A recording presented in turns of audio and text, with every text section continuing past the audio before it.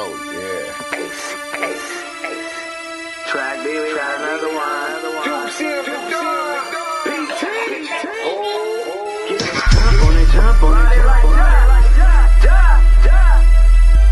Jump on it, jump on it. Jump on it, ride it like Jackson. The hell smoking that loud, lace the yak with mine. Make your mama proud, popping it like shotty. Turn up, it's a gangster party. PT, ain't never popped a Molly, but if I ever catch Mac, I'ma pop a Holly. I don't even rob a cop the Harley. Blowing so much green, I shame Marley. Yeah, I push the line to its full limit. Hit the hole like 22, boy, I'm a young Emmett. Nothing go like snow, now that's a cold image. Still whistling, sending, knocking them white women.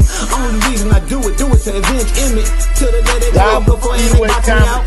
Knowing me, it don't matter, I simply change my route. On my hobby.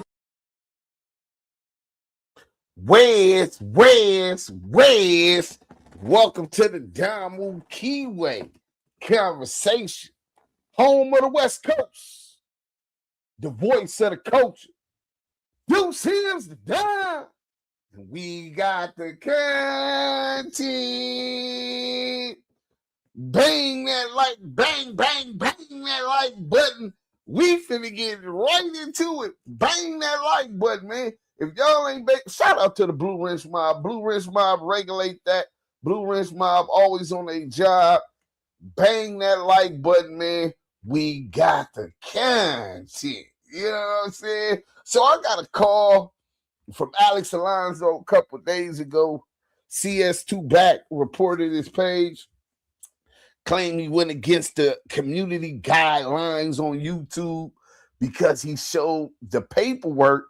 And the paperwork happened to have CS2 Back's address on there. Was really R&B address, you know what I'm saying? As well as Loose Coochie Ashley, Loose Lips Cannon, the fake Loose Cannon, Binky Mac, Deuce Sims done. DAMU KIWE, salute homies, ETE. Second one alike, Leo King, salute to you. Smoke Session Time, salute. P from Harlem, New York to Hawthorne, California. Shout out Hawthorne. Lou Zinga. You know what I'm saying? Y'all know that about that. You know what I'm saying? But we got the content. So we gonna keep sharing this. We gonna get right into the content, man.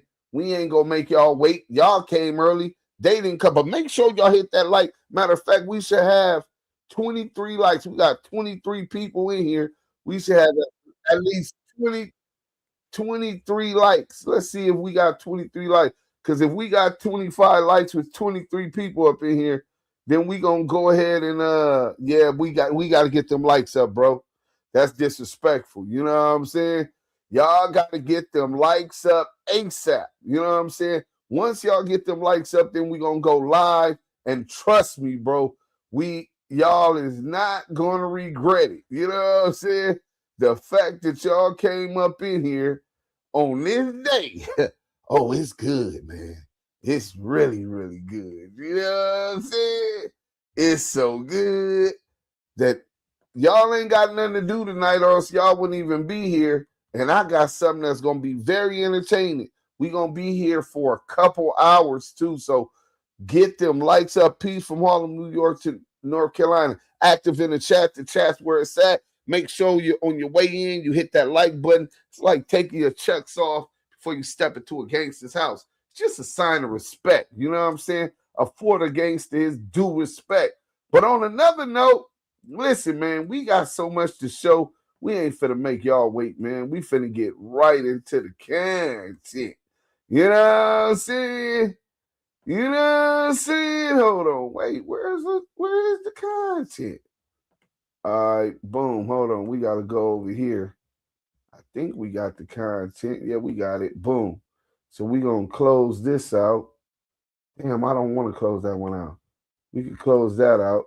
Boom. We're going to close that out. Boom. What's this? Okay, we showing that. Let's start off with CS2 Back and Bad Luck Cheeseburger Chuck. Bang that like button if you're just coming in. Oh, and they talking to the homie Munchie B. I talked to Munchie B today. He called me. But shout out Munchie B. Shout out Straight Politicking. Shout out Street TV. Let's get into the game. Let's get right to it. What people in the Midwest to the West Coast did.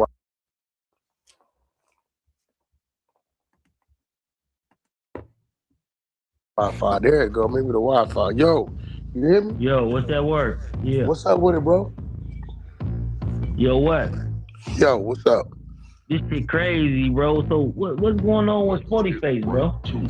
I think that DC Baby Draco kind of got the best of the situation because Bo Extras kept fucking with him and he didn't get the response he thought he was going to get, blaming him for some shit that had nothing to do with him. He just like crashing out. I'm looking at the paperwork. All the paperwork say charged. No, none of it say convicted. I put him up on Megan's Law and ain't there. I go to another nigga page, his paperwork is up there, and it's pimping and pandering, but it's on an adult. So it's like, nigga, I don't give a fuck about a charge. I know niggas that been did 30 years for something they didn't do off a charge but convicted. But my nigga, like, Brody, you done did time. You know, a charge is one thing. A conviction is another.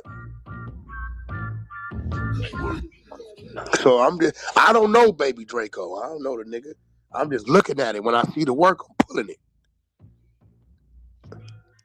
You know what I'm saying? Yeah. And I'm looking at it, I'm like, well, nigga, I see a charge, but there's no conviction. What he was convicted of was pimping and pandering on an adult. Whose charge is that? That was 40 face charge? No, DC Baby Draco, he put up some shit. Spody put up DC Baby Draco had pimping and pandering on the minor. Okay. Charge. Mm-hmm. Which he pled not guilty. His conviction is 266 IA1, which is pimping and pandering on an adult. No, I get you 100%. So he got some similar shit going on like King Yella? I don't know what King Yella had going on. I don't know what that is. I know his charge in California is pimping and pandering on an adult. I know he's not registered on Megan's Law as a sex offender. Bang that like button on your way in. Right. I see the charges, Bang that like button. but he pled not guilty to the charges. And at the end of the day, the only thing he was found guilty of was pimping and peddling on an adult, non-minor. So, you know, I don't know neither one of the niggas. I don't know Spody Face or DC, but I don't know neither one of them. I'm just looking at it. I ain't, shit. So what was that you put up on 40 Face? It was some it was on your Instagram probably like 30, 40 minutes ago. That's the nigga DC Baby Draco's conviction. Mm. Which is pimping and panning on an adult. Yeah. So they own Buddy right now. They own who? DC Young Draco. You can't be on him. You ain't got no conviction paperwork. So you saying, okay. So you saying they don't got no work on that. Only thing they got is charges that he pled not guilty. When I pulled up his guilty, it's pimping and pandering on an adult, non-minor. Which we don't give a fuck about that. That is. So he was pimping on an adult. So what it says, it's up there, it's right there. It's right there. Why you think them niggas into it right now though? Nigga, because Spody tried to tell DC Baby Draco he was banned and couldn't come around because he the reason why niggas was beefing, which is false. Nigga, don't blame the cameraman, blame the niggas on the camera. And then 4 extras brought him back over there. Made him look crazy. I seen 4Xers bring him back over there. I mean, You that's think that was a 4X's bad man. look? Sporty Face was out of line for doing that. If that's that's 4X's man, 4X's fucking with him. You can't go ban no nigga. You kind of telling 4X's fuck you. Right. Ain't no nigga ban no nigga. I ban a nigga you fucking with the No Cap Network. Salute hashtag ETE Renegade Duchess. Salute the bar is open. Steffi, Weffy, salute Deuce, Miles, fam in the chat. Smash that like button and share. Science dropper. When you can't nigga come holler at me. That here we go again, ninja. Deuce, what's happening? Salute Carolina Connect, Nino Black. Salute to the whole Blue Ridge mob. Sugar Ant Bullfrog, UO Draco apology. That nigga always wrong, bro. That nigga always reporting wrong shit. How you gonna blame the cameraman, but not? Man, I don't know why I do that. Why Chuck keep asking stupid ass questions? Cause he dumb. All he doing is glazing CS2 back. G-Mac, what's up? 2-1. You already know. Let's get back to it. Blaming niggas that's on the camera. Oh shit, I agree. Of course, you always agree. How does that work though? You think this is? I've seen a lot of people was talking about it was money motivated. You think that was money motivated, like dudes like him, even the nigga that's locked up, the nigga B Brazy. You know what I'm saying? These niggas getting what's 10, money motivated? What's money motivated? What are you talking about? What's what? They getting 10, 20,000 episodes. They get what? Who? 10, DC Baby Draco ain't paying them niggas no 10, 20,000. No, I'm saying that DC Young Draco get that. They know that. Well, of course, but that's no surprise. It's like telling Adam what you doing is money motivated. Nigga, he got a channel. That's a fact. What the fuck you mean he doing hood blogs? That's a fact. The nigga's a big nigga doing hood blogs in LA. Of course it's money motivated. Yeah, that's a fact. Y'all listening to a slow man. You hear how this nigga talk? Of course it's money motivated. Why wouldn't it be? Shit. That's the only way. See, because that's the only thing that makes sense, right? Nigga ain't doing nothing if it ain't no money involved, bro. Come on, man. But no, I was listening to DC Young Draco, right? Baby Draco, right? Now I was listening to him with Compton Rick Rock. He was saying some shit though. He made a lot of sense. He made a lot of sense, bro. While your man's running from the back. Alex Alonso and Munchie B went up there and said, WACK100 is lying. He has not settled, has not been paid. He has another court date in January. He's a liar. And why are you lying when people could just go look this up? So I went and put a bet up. Here goes the bet. Alex, you say you don't like me on No Jumper social media. What you say, right? Okay, here go the bet. If WACK can't show he was paid out a month ago, not waiting to get paid out, already paid out and settled with that WorldSTAR case. If I can't show it, I'll leave No Jumper indefinitely, never to return. But if I can, Munchie B leave. Now, I hope y'all understand what's going on. This is a classic CS2 back deflection. See, he wants to make the narrative about him showing that he got a settlement. Well, let's back up a little bit for those that's new and ain't been around, right? Who cares if you got a settlement? A settlement doesn't mean you won.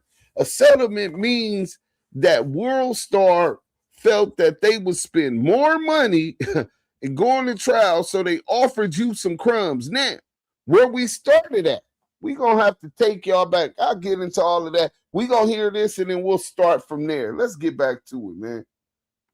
Bang that like button if y'all just coming in. We got the content. Y'all gonna be here for a minute. Y'all better hit the like now.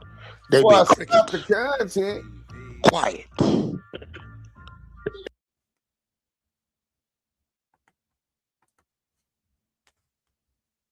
That's a good bet. Bro, since you the DA, nigga, right? Much you believe in your man, y'all saying I'm the liar. Everything he said is a lie. He's slandering Alex Alonso, calling him the DA. The nigga Alex Alonso ain't no fucking DA. But Alex Alonso is a civilian and he ain't even sued the nigga. Let's go. Let's make the bet. I put the bet out there this morning. It's on the thing, on the page. Why they been crickets? Why you think it's been crooked? Because they know better.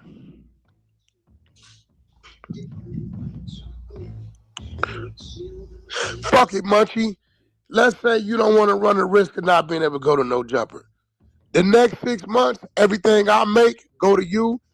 And the next 6 months, your little crumbs you make, go to me. What's happening? Hold on. What's happening? Ain't nobody up there making more money than me sitting in that seat. Nobody. So you said, damn. What's happening? What's up? That nigga WACK ain't playing. He got to prove. Why you think they said that though? Because even Duse Sims hit me up. He was like, yo. Because everybody hates the fact that I always win.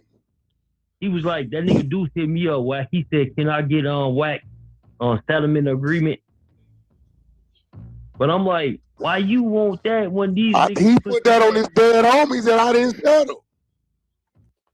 So we're not even going to relitigate that. Those who know. But in any event, he told Chuck, hey, Chuck, look at this. This the settlement agreement. He said he sent it to Chuck. So he was running a play from the beginning as if he had settled the case when he hadn't settled. He settled after that. The 6th was the date that they put the motion in, which was, and that date was like the 23rd. So maybe about 2 weeks later, they put the motion in, right? So he decided to do it, but that's besides the point.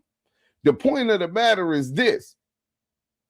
WACK100 said that he sent Chuck, don't tell nobody how much it is, as if he sent the settlement agreement to Chuck. So I hit Chuck up and said, hey, Chuck, go ahead and shoot that settlement agreement from WACK100. Why are y'all being so cryptic with showing the settlement agreement? Because they don't want y'all to know he settled out for crumbs. He said it was 6 figures. Well, why haven't you been flamboyantly posting that like you post everybody else paperwork? Because he's capping, bro. The nigga, but we'll get to that later. Let's go. That's still kind of wild, wacky. Hold on. We're going to get into the chat. Did he sign a release of all claim? He said he gave all the money to R&B. That's because he don't want Kim to take that money. Hit the like button. Yeah, that's exactly what it is. You hear his dentures, it's called the release, idiot. WACK the rat hasn't paid a single bet he's made yet. Show your paperwork, WACK. Why he won't show that he got paid? Because he capping. Let's go. But yeah, so, that nigga hit me up and said that. Listen, you didn't hear the content? Let me see this content, bro. You gotta play this shit. I put the bet out there. They adamant. They quiet as a motherfucker. They swear to God I'm lying. I'm making it up. This, that, and the other. Now, I just put up for my attorney what these niggas talking about. Bro, y'all don't even see what the fuck going on. He's got people talking about whether or not he settled as opposed to whether or not he's CS2 back. He can settle, but that doesn't mean he's not CS2 back. It's 2 different things. A settlement means WorldStar say, well, if you go ahead and leave this alone so we ain't got to waste no more time and money with this bullshit you on, nigga, take these crumbs and settle and leave us the fuck alone before we go all the way and you get exposed as CS2 back. Take these crumbs and run. And in the settlement, most settlements make sure that they are. It's a disclaimer that they're not admitting to nothing. We gonna get to that. Let me pull that up. Court date. What are they talking about? You see what my attorney said? We settled and there's a signed settlement agreement. We don't know and who you that got was. paid. I'll send you the settlement agreement in the morning, but I thought you already had it. There should be no court. Bro, why does the lawyer have to send you the settlement agreement again? When you get a settlement agreement, let me show y'all something real quick, bro. When you get a settlement agreement, let me go. I'm finna show y'all how easy this is. Your lawyer is going to send it to you and you're going to DocuSign the settlement agreement. Hold on. All I got to do is go to my email, right? Once you got it, you got it. You know what I'm saying? So let's go here. Settlement agreement.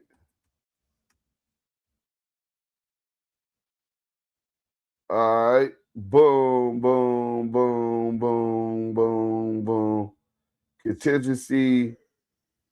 Okay, so this is what a 50 a mini. Settlement. I gotta go back to my settlement. Hold on. Completed DocuSign for that's the recording contract. AJ Lum Law Group. Is this it? No, that's the retainer agreement.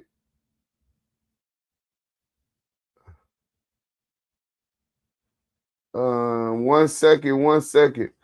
Oh, I could just type in Lum Law Group. Lum Law Group. Shout out Lum Law Group, who took over the case once I was released from the pen on my copyright infringement against YouTube. Boom, hit your brother B-Mix. Invoice for services rendered. Business file with you. Your settlement agreement bank information. Look, this is how easy it is. Bang that like button. Ain't no punitive damages on the settlement. So look at this. Your settlement agreement bank information. You know what I'm saying? This is what all of this is about. You see how I got this? I had to sign this shit. You know what I'm saying? So for you to have to sign it, DocuSign. Y'all see this? Let me make sure y'all can see this also. Yeah, DocuSign. You see this? Completed, confidential. YouTube Sims draft settlement agreement. Privileged, confidential. Y'all see this? So why is he telling and insult niggas' intelligence like his lawyer has to send him this a copy of the settlement agreement again? This is crazy, bro. Hold on.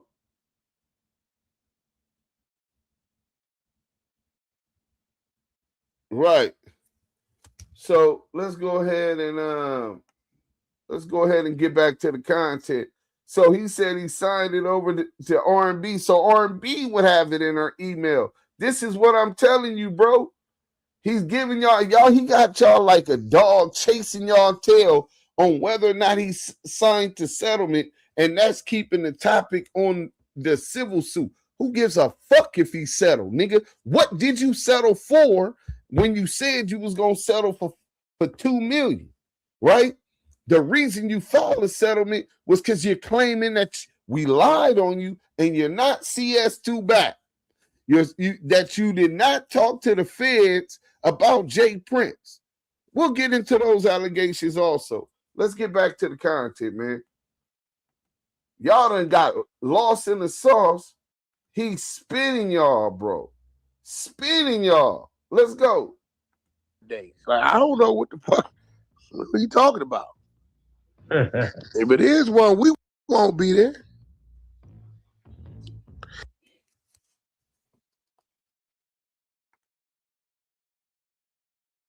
Chuck, I'm paid already.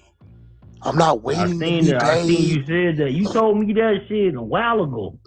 I'm not waiting to be paid. So what I'm finna do with Alex Alonso, I'm finna book him.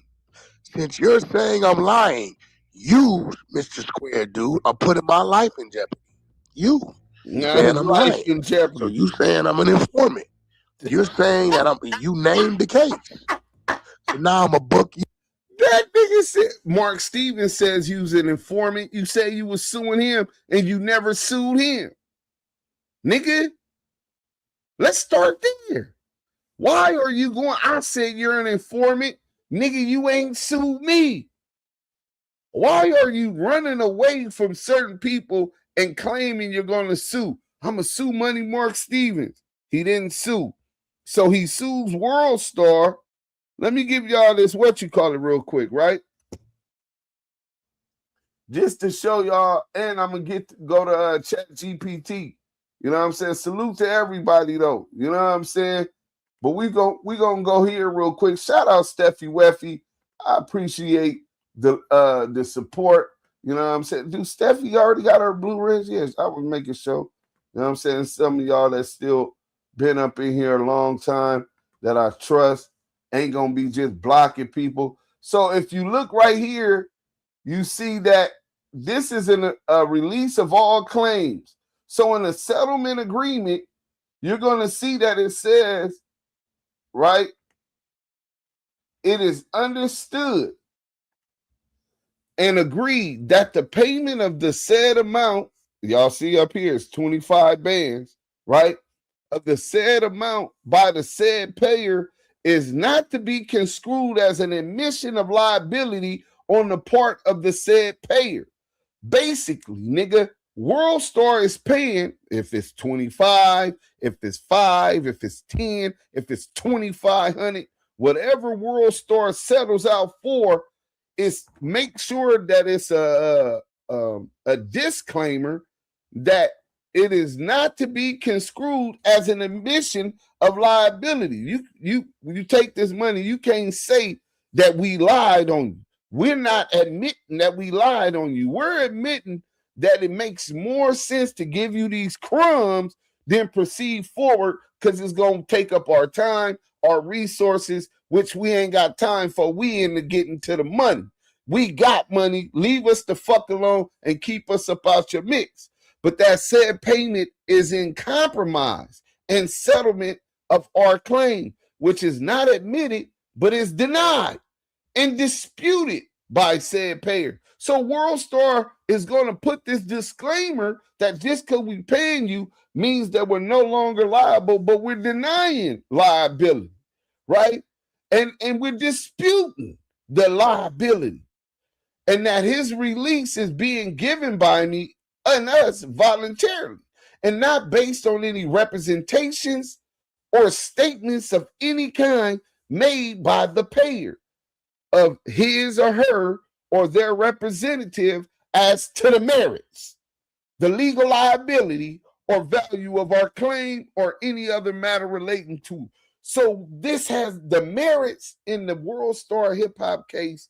We finna get into that and we'll get back to that. Hold on. So the merits, we gonna get back to. You see how my babies go? Maria just got home. They gonna go welcome her home and make sure they protect me because they know I'm on here getting to it.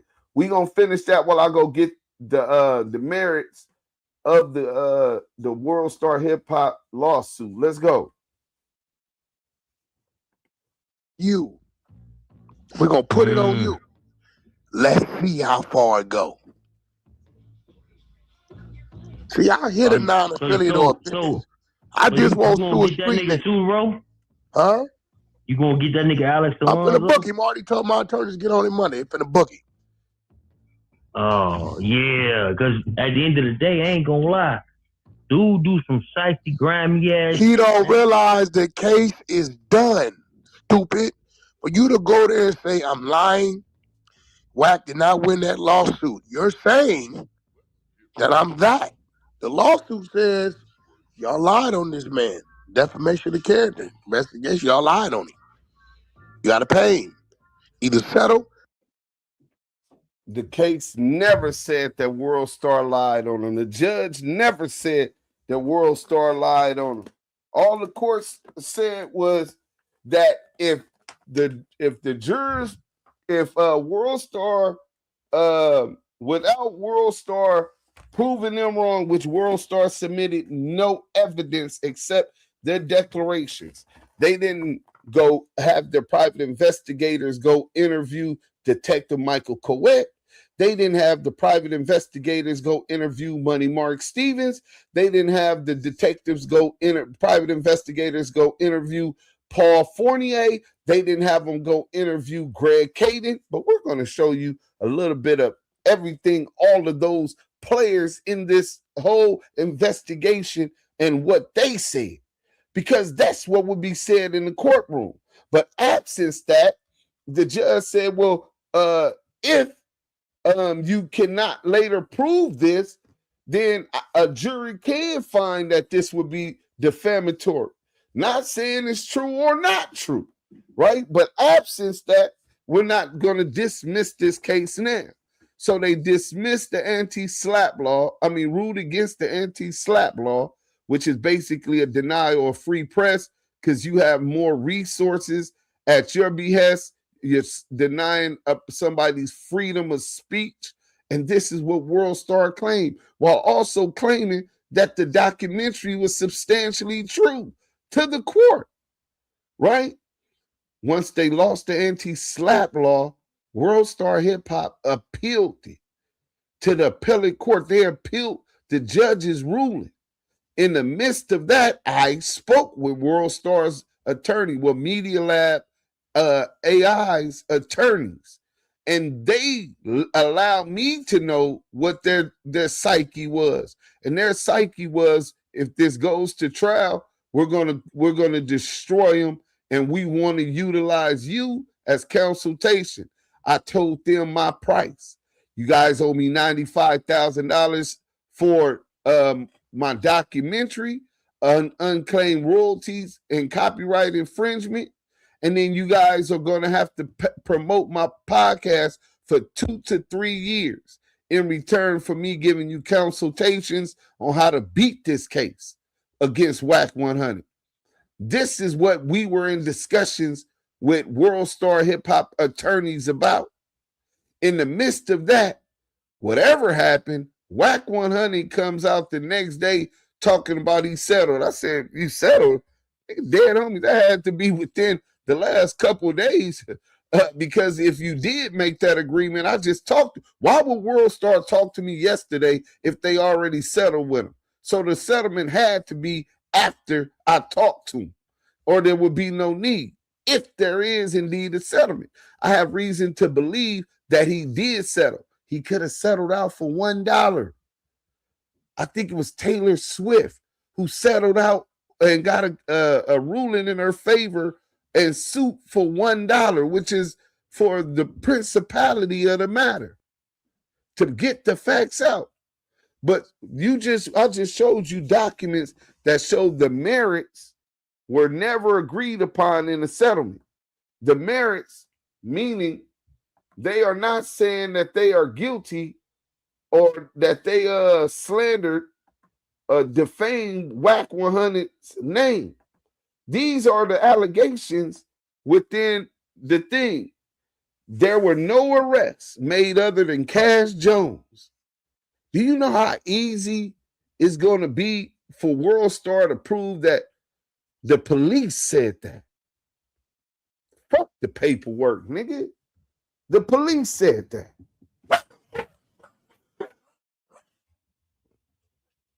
So we're going to go ahead and get that for y'all real quick. So these are all of the statements that WACK100's attorneys claim were defamatory, right? So let me go ahead and get that real quick. And then we gonna show you how easy it is to prove that that right there is that WACK100 loses that off the gate. I mean, how you gonna argue with the police? We ain't supposed to believe the police. How would the police even know Cash Jones' name? He definitely was involved with the Joint Task Force as a sheriff deputy, right? He definitely, his partner was the head of the investigation into Deja 34 and the Main Street Mafia Crips, right? So how is that defamatory for him to tell his truth? Any reasonable person would have reason to believe he was telling the truth, right? So we're going to go ahead and show y'all real quick. All WorldStar has to do is subpoena Detective Michael Coet. Dude that spoke on. Here we go. Shaq, he's completely right because I was caught up in the middle of all that. Well, first of all, there were no arrests made other than Cash Jones. WACK100. The sheriff detective who was on the Joint Task Force, the same Joint Task Force WACK100 admitted raided his home. The same Joint Task Force WACK100 admitted it was 7 of them when he got to the FBI building, to the 60th floor in the FBI building where he talked to the FBI agent, the Joint Task Force. He said it was about 6 to 8 of them, right? So that would be how easy it is for them to prove that doesn't sound like a settlement. It's aiming more of a payout. A settlement is when you are in favor and won the lawsuit. So they would negotiate nearly the amount of what you sue for. No, it's a little different. Thank you again, Steffi Weffy. So back to this. So that's one of the things. WACK100 was caught on wiretap with Del Dog. True. I talked to Dog. Nigga, you how you gonna tell us we lying about you being caught on the wiretap talking to Del Dog when you admit I talked to Dog? Oh, now you didn't talk to Dog, huh? Ask Mark. Mark knows. He's the one that tried to make the 3-way. So since he tried to make the 3-way, let's go ahead and show you how easy it is to use this big mouth dummy's own words against himself. So once he knew that we had interviewed Stutterbox, and Stutterbox said had text WACK100 and told him, hey, look, nigga, they got Mark on the phone. Nigga, pick up. You know what I'm saying? The nigga Stutterbox is still trying to give Wack Rat Ass the heads up, right? Let me stop this real quick and give y'all this real quick. See, it's real easy. I mean, simple mathematics. You know what I'm saying? It's simple. Let's go. Hear you. And he said I talked to Dogs. But he said he didn't talk to you. He wouldn't take your call. And I think, wait. And I think Mark tried to set the 3-way up. But they said he wouldn't talk. Yeah, and Dog said he was cool. He didn't want to talk to you in the paperwork. But listen, you got to remember, Mark that's what you said was going off of what Dog didn't want to talk to you. Because they said when Dog called you, his phone was hit. That's how they got on your line. No. And you claim that's what they say, what? Like, listen, in the paperwork, it said you tried to call Dog, remember? I tried to and he call won't take your call.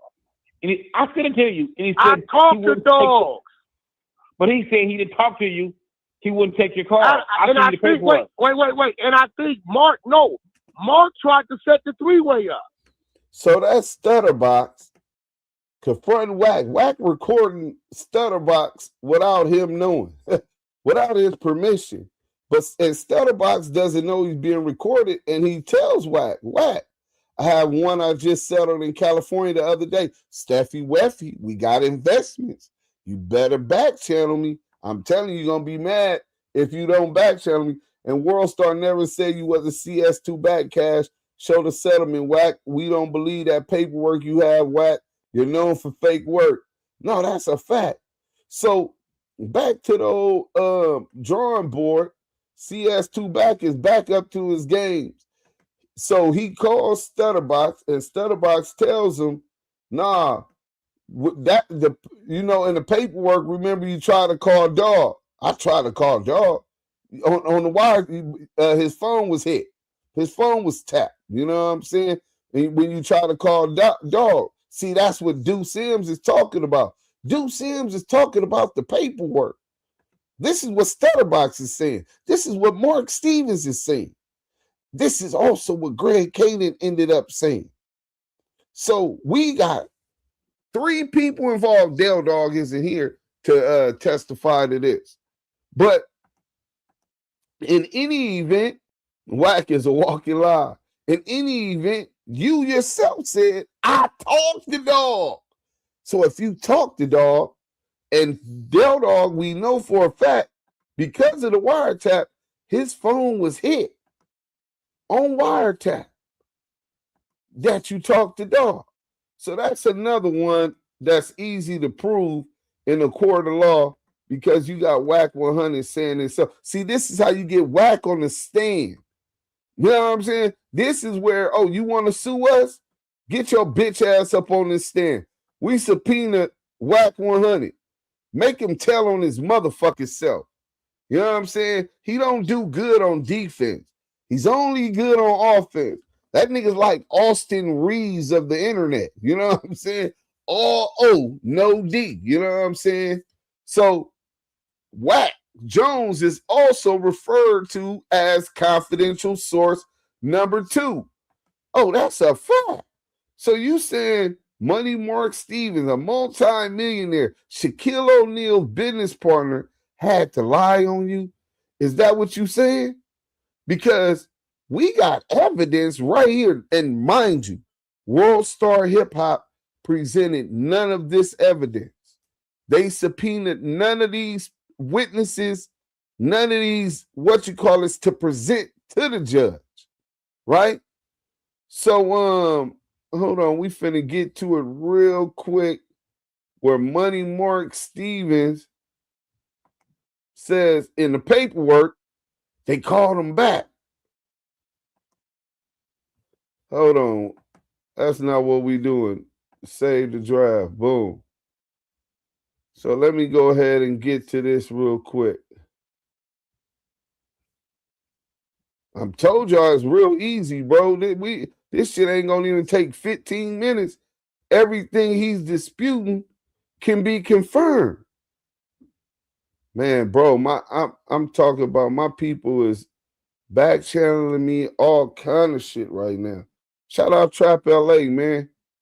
And boom. So we gonna get to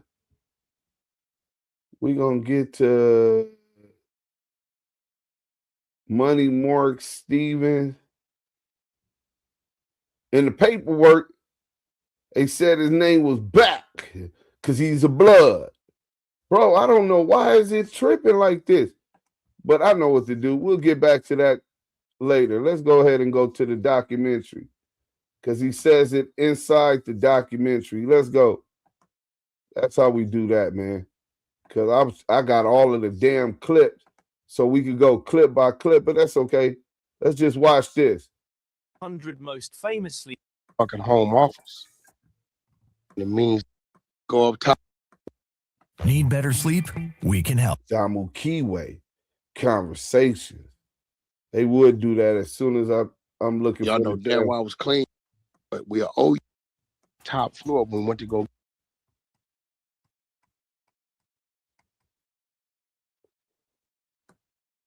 Have them call Stutterbox to the stand. Yeah, I called it in that day, and I did sue, but I used the card, and that was it. Stutterbox alleges that WACK100 was caught on a wiretap with Dale Dog conspiring to commit murder.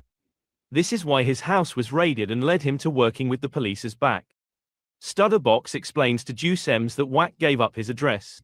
His house got raided because he was on the wiretap with Dog, you know.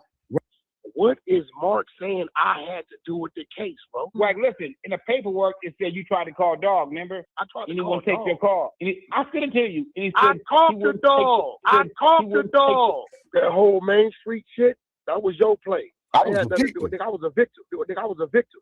I was a victim. There you have it. Wack admitting to being a victim on the case, talking to Dale Dog, and also saying Money Mark was completely right. Dude that spoke on Shaq, he's completely right, because I was caught up in the middle of all that.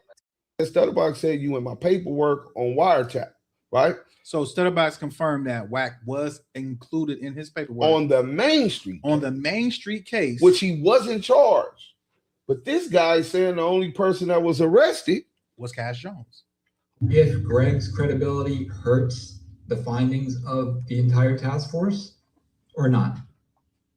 Well, first of all, there were no arrests made other than Cash Jones. But when you get the discovery, was part of that the actual wiretap? The whole transcript. I got the whole transcript. The whole transcripts of the whole wiretap. And do you, in that paperwork, do you see your conversation with Cash Jones in them transcripts? That was the initiating. When they started recording. Right. Damn. And Cash Jones in the paperwork they put him as back. BACK. And right. I kept asking the WAG boy in a minute. The lawyer, like, who the fuck is? I ain't talk to no back. Nasty. And they way. said, nah, that's Wack. Oh. They put him in back because he a blood. So it's wow. Okay. Was this back also referred as confidential source number 2? Yes, sir. So, Money Mark Stevens, in my interview, confirmed that his lawyers, Cheeseburger Chuck, been glazing ever since Waukesha stole his channel, and now he's working for Waukesha like a runaway slave. That's a fact, bro. So there goes the other part of the lawsuit that Wack claims was defamatory, that he was referred to as confidential source number 2 back, right? AKA the Wack boy, or confidential source number 2 back. Well, Money Mark Stevens was a part of that investigation. In fact, he was the one caught in a flurry of calls between Mark Stevens and the alleged leader of the Main Street Mafia Crips at the time that Stutterbox claimed he was kidnapped. They were already on Title III wiretaps. That's a fact. That man said a multi-millionaire sports agent. This nigga the motherfucking sports agent for Stephen A. Smith right now, nigga. Fuck, he gotta lie about you being on his motherfucking on the wiretap in his investigation. Fuck, he gotta lie about you calling him foe, nigga. He gonna remember that. A nigga called me right now and say, Duse, the phones is tapped. That nigga such and such went sour. Nigga, how you know that the phone's tapped, nigga? And how you know what's his name went sour? Unless the nigga went sour on you. But the fact that I confirmed that the feds is on me, investigating me, my heart gonna drop to my motherfucking stomach, nigga. Nigga gonna have the bubbly guts. I'm gonna forever remember when I knew they was trying to get me and where I found out at. Money Mark Stevens could easily be forced by subpoena to show up in court and confirm that he spoke this and that it was the truth. Money Mark Stevens' attorney can be summoned to court to confirm and verify that this is the truth. So that's easy to prove. Jones has been exposed as a confidential informant in paperwork recently released. Yeah, I released that. You can't deny that. WACK Jones confirmed as confidential source. Yeah, they confirmed it. Both Stutterbox and Money Mark Stevens. Stutterbox being the victim and informant who was allegedly kidnapped after trying to extort Shaquille O'Neal and Mark Stevens with a sex tape. Mind you, the sex tape message was sent by Stutterbox's neighbor. He sent an employee of Deja 34, Cash Jones, to go past this message. He has a sex tape. TMZ was pay a lot of money for it. And Money Mark Stevens confirmed that Cash Jones did bring him that message. So he was a victim. Stutterbox pointed him out when after he got kidnapped and he reported to the police. He snitched on WACK100. So the police already knew that WACK100 was the middleman bringing the extortion message. And then once they went and talked to interview Shaquille O'Neal and Money Mark Stevens, the paperwork confirmed that Cash Jones did relay that message and said TMZ would pay a lot of money for it. That's blackmail. That's extortion. And WACK100 went uncharged. Make it make sense. Why would the FBI be calling a big-time gangster like WACK100 Jones to make sure he's okay unless there is a relationship between the two parties, which could have started when the felon was caught in Texas with firearms?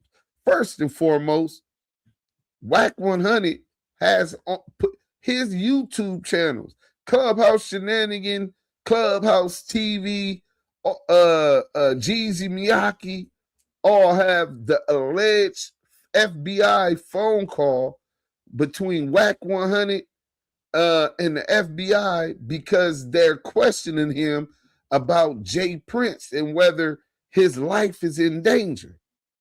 So we say, well, why would the FBI be calling a big-time gangster like WACK100 to make sure he's okay? Unless there is a relationship between the two parties, which could have started when the felon was caught in Texas with firearms, which could have happened. We didn't say that was exactly when, but that's when it could have happened. So we're going to go ahead and stop sharing that. But those are the things, the statements that WACK100 claims are defamatory and that WorldStar was responsible for. Easy win. If I could walk through that that quick, maybe it was about 20 minutes. Then what do you think WorldStar multi-million-dollar lawyers and law team would have done to that shit? Let's go, man. Well, y'all going up top. It's gonna be what it's gonna be. So you, Alex, saying this,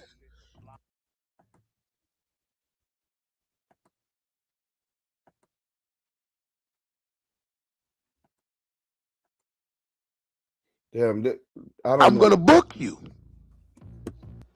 Yeah. That already gave instructions to my legal. Man, they gonna book the shit out of that nigga. So now you claim you're gonna book easy. Alex Alonso. Damn. He can delete it all he wants. We already in screen recording. He can delete it? Don't matter, we in the screen recording. I sent you the clip. These niggas making it too easy, bro. Hold on to your head. You heard that?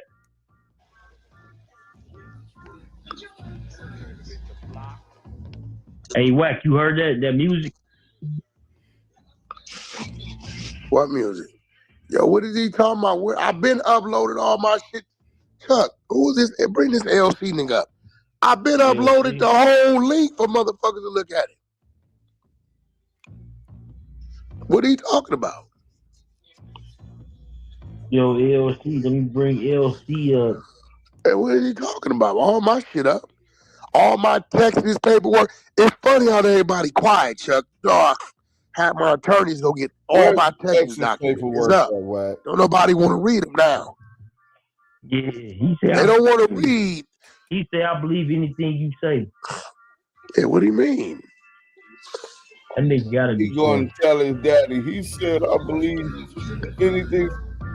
You believe anything that? Why haven't they ran my Texas paperwork? Is that LC? Bring your bro. I read the first posted from eBay Films, ran it before you paid him, I think $20,000, $10,000 or $20,000 to take it down. And he ran the Texas paperwork. Then I got with Debbie McLaughlin and I read the Texas paperwork. What do you mean? This ain't nothing new. Nigga, we told you to bring the sentencing transcripts the day that the prosecution in Texas requested that the judge dismiss your case in the interest of justice. We got everything but that. That's sealed. Only WACK100 can get those sentencing transcripts. That's what we told you to go get. But you ain't went and got it. And that's from the Texas gun case. But he's spinning. Said in the interest of justice mean what? But you got the police line on the stand in the paperwork.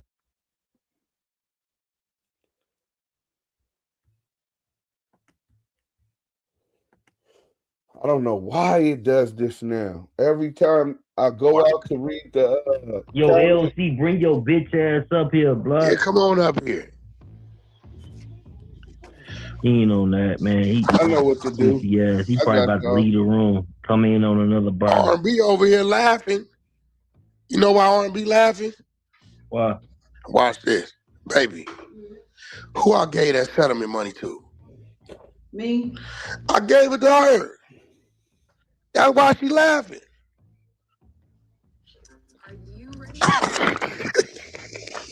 They ain't that like button, man. Yeah, that shit crazy. Damn. Niggas is bozos.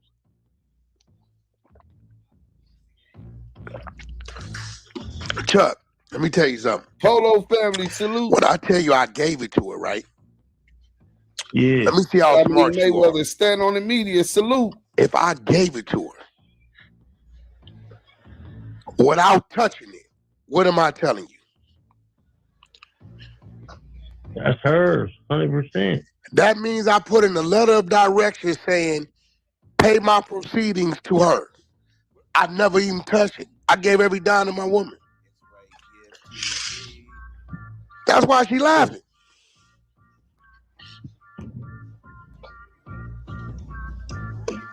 Right, Mad Judah. Mad Judah say he maybe paying that money because he working. They make this shit too easy, bro.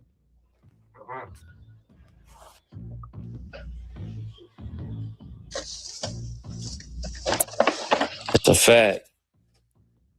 They make it way too easy. Everybody know you can hate me all you want. Wack go to talking about them type of bets. You better not take that bet. You better not. You better not. Like me or hate me. They know that nigga talking about some shit to where it's a loss for him. It ain't a loss, it's a setup. I'm playing on your emotions. Take the bet, nigga. That's how you know he got some crumbs. He trying to. That's why she's laughing. Chuck, I never saw a dime. I put in the LOD to pay her. I gave it all to her. For staying down. Didn't even give a fuck about it. Shit was free.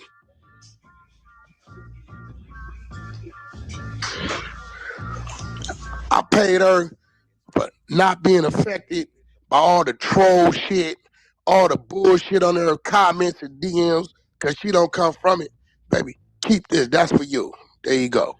She ain't never complained about it one time. Hey, Wack, you said your op gave you that payment, huh? Hell, nigga, the ops gave me that payday. Dead homies. Them niggas ought to feel like some dummies. The worst thing you can do is get your op paid. Nigga, how much money did he make off them 7,000 views total in 4 years screaming that lie?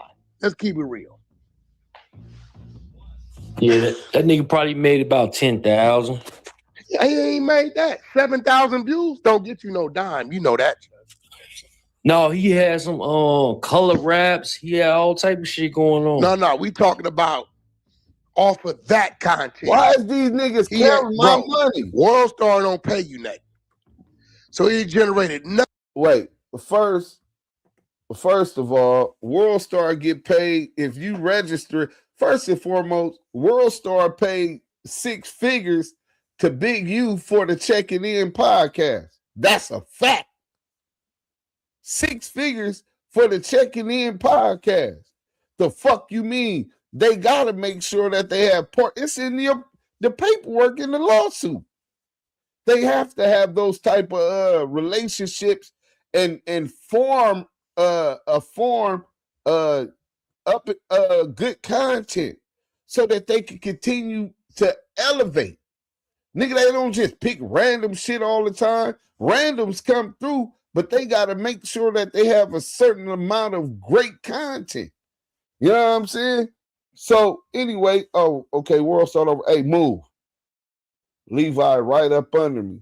So he's talking about my motherfucking pockets. Oh, he didn't get no money. Well, he had the Color Raps things. Nigga, Color Raps was a 6-month sponsorship deal. 6 months, $18,000. That's $3,000 a month, right? That's $18,000. Every month, I make anywhere from $1,500 to $2,000 on YouTube, right? Thanks to y'all. Salute to y'all. Without y'all, man, that keeps the lights and the bills going, you know? So we can continue to bring y'all this hot content. So at the peak with the United Color Raps, you're talking about probably we've been going at it 18 months. 18 months times, say just 1,500. So you're talking about somewhere between 30 plus to 18,000, about $70,000. While you count my pockets, nigga. These niggas is weird. That shit is so demo day. It's not fashionable, bro. Counting another nigga pockets. Weird ass niggas. I thought they don't be worried about us. 3 million. If you go add up his YouTube views, he got off that content. He might have 7,000 views, bro, total. Me and you both know that ain't no money. No, that ain't no money. That's gonna make a nigga go back to the drawing board. What the fuck? Dumbass nigga. I let you get out there in the water. I was waiting for him to get a major platform to bite. And he bit you, dumb, stupid ass, big, emotional. And got it up on WorldStar. Oh, what the fuck? So Just loser. I'm waiting, listen. I'm waiting on Alex Alonso and Money B. Here go the bet. I got 2 bets. Yeah. If I can't provide documentation showing I've already been paid out in November for the WorldStar case, A, I'll leave no jumper indefinitely, or B, every check I get for the next 6 months go to Munchie. Give it to you. Okay. If I can't provide it, then Munchie B, you gotta leave no jumper or send me your little crumbs for the next 6 months. Now I got Munchie B. My got Munchie B. My got Munchie B say he's gonna have 150 bloods. So hold on, Wack. That nigga, that's your man. That nigga say he gonna have 150 bloods up there. My next Tuesday out there. Nigga been not playing. Hey, Wack, how you doing, Wack? I walked in the joint with a Draco last time. How you doing, Wack? I walked in the joint with a Draco in my hand last time. I often make somebody turn skinny. What the fuck? Listen, yeah, I'm a Memphis nigga. I'm a Memphis nigga, man. So listen. We have 150 bloods up there with anybody. Yo, look, Chuck, listen to me. So at the end of the day, I don't even address nobody's no more. Man, you like listen you ain't to big me. in That's the cool. West Coast. I got That's much cool. beat on ride with me. I got Hefe ride with me. I got a real Crips and Bloods ride with me. Hefe don't fuck with you. Hefe gonna get the fuck out our way. That's the I'm gonna fact. tell you right now, dude. I'ma knock your weak ass out, man. When I see you, I'ma knock your weak ass out. Chuck, so here we go. Yeah. I'm waiting on Alex Alonso now since they went so hard on that 22 clip. gonna let me do it. Hey, hit me back when this nigga Hold goes. on. Stan G. Hey, Stan G. Hey, Chuck, Stan this G. nigga off stage, hit me back. Alex 22 gonna let me knock. Nigga coming in every time. Right now, he cloud like chasing some or gay something. shit. Like, nigga, I don't even fuck with you. He cloud chasing. He been thinking of that for like 5 days. This nigga talk about a nigga gave him a Draco. Nigga, what kind of dry snitching is you doing? Nigga said a nigga gave him a Draco. Nigga said a blind nigga gave him a Draco. This nigga just told on this nigga. The fuck kind of shit would you say like some shit like that? Dog, that nigga Stan G, bro. That nigga said a blind nigga gave him a Draco. You just didn't told on this nigga. This nigga got an active gun case right now. And he coming here talking about Munchie B gave me a Draco to hold. He said, hey, Stan G, you said that? The fuck kind of nigga is this nigga, man? Yo, so look, I'm just waiting on them niggas to take No, it back, said bro. nobody gave me a Draco. I said I walked in that joint with that joint in my hand. That's I cool. walked in that joint with that joint So, in my hand. Chuck, this is what I need you to do, right? Well, by I myself. sent you the link to when they was saying I lied about the settlement, right? You don't go in no jump by yourself. They You going scared. in there, bro. You scared to go in no jump by yourself because you a sucker. Hey, You know what I'm Stan talking G, about? hold on, little dude. Nigga Hold on. shaking, man. I Hold on, said man. much to be saying gonna have 150 bloods around me Somebody every mute that time I nigga, come. Niggas just hollering dumb shit. Munchie B goes up there in the Uber, nigga. Get the fuck out of here. Listen, right? Kid the bar. Chuck, you got, hey, Alex, your They man, don't don't he respect answer you your in on the calls? West Coast. The real Don't he Suwu answer guy your respect calls, me. Chuck? The real I Suwu know guy he watching my respect me, shit. man. I'ma knock your little ass out your. Hold on, Stan G. Get your ass down there, I'ma man. knock your ass out your shoes, Hey, yeah, nigga. Play Alex. with me, nigga. Fuck you, man. Yo, listen. Memphis in a building, nigga. Memphis in a Hey, building. look, Nigga. I holler at you. Yeah, bro. Alex ain't my man, bro. People. So CS2 back gone. He say he's suing Alex Alonso. How much y'all want to bet he don't sue Alex Alonso? So we done with that one. Let's go ahead and get to this. We own. Trust me, we own this nigga. He is an idiot. Settle is not a mission to anything. It shuts your ass up and move on, hungry hippo. Yeah, that was the worst thing he could have did. So we gonna go back and show y'all where this all started, right? Because CS2 back is trying to flip the narrative. Remember, this is what he said. Right? Again, right? So where we come from, if you say something, right? That's all.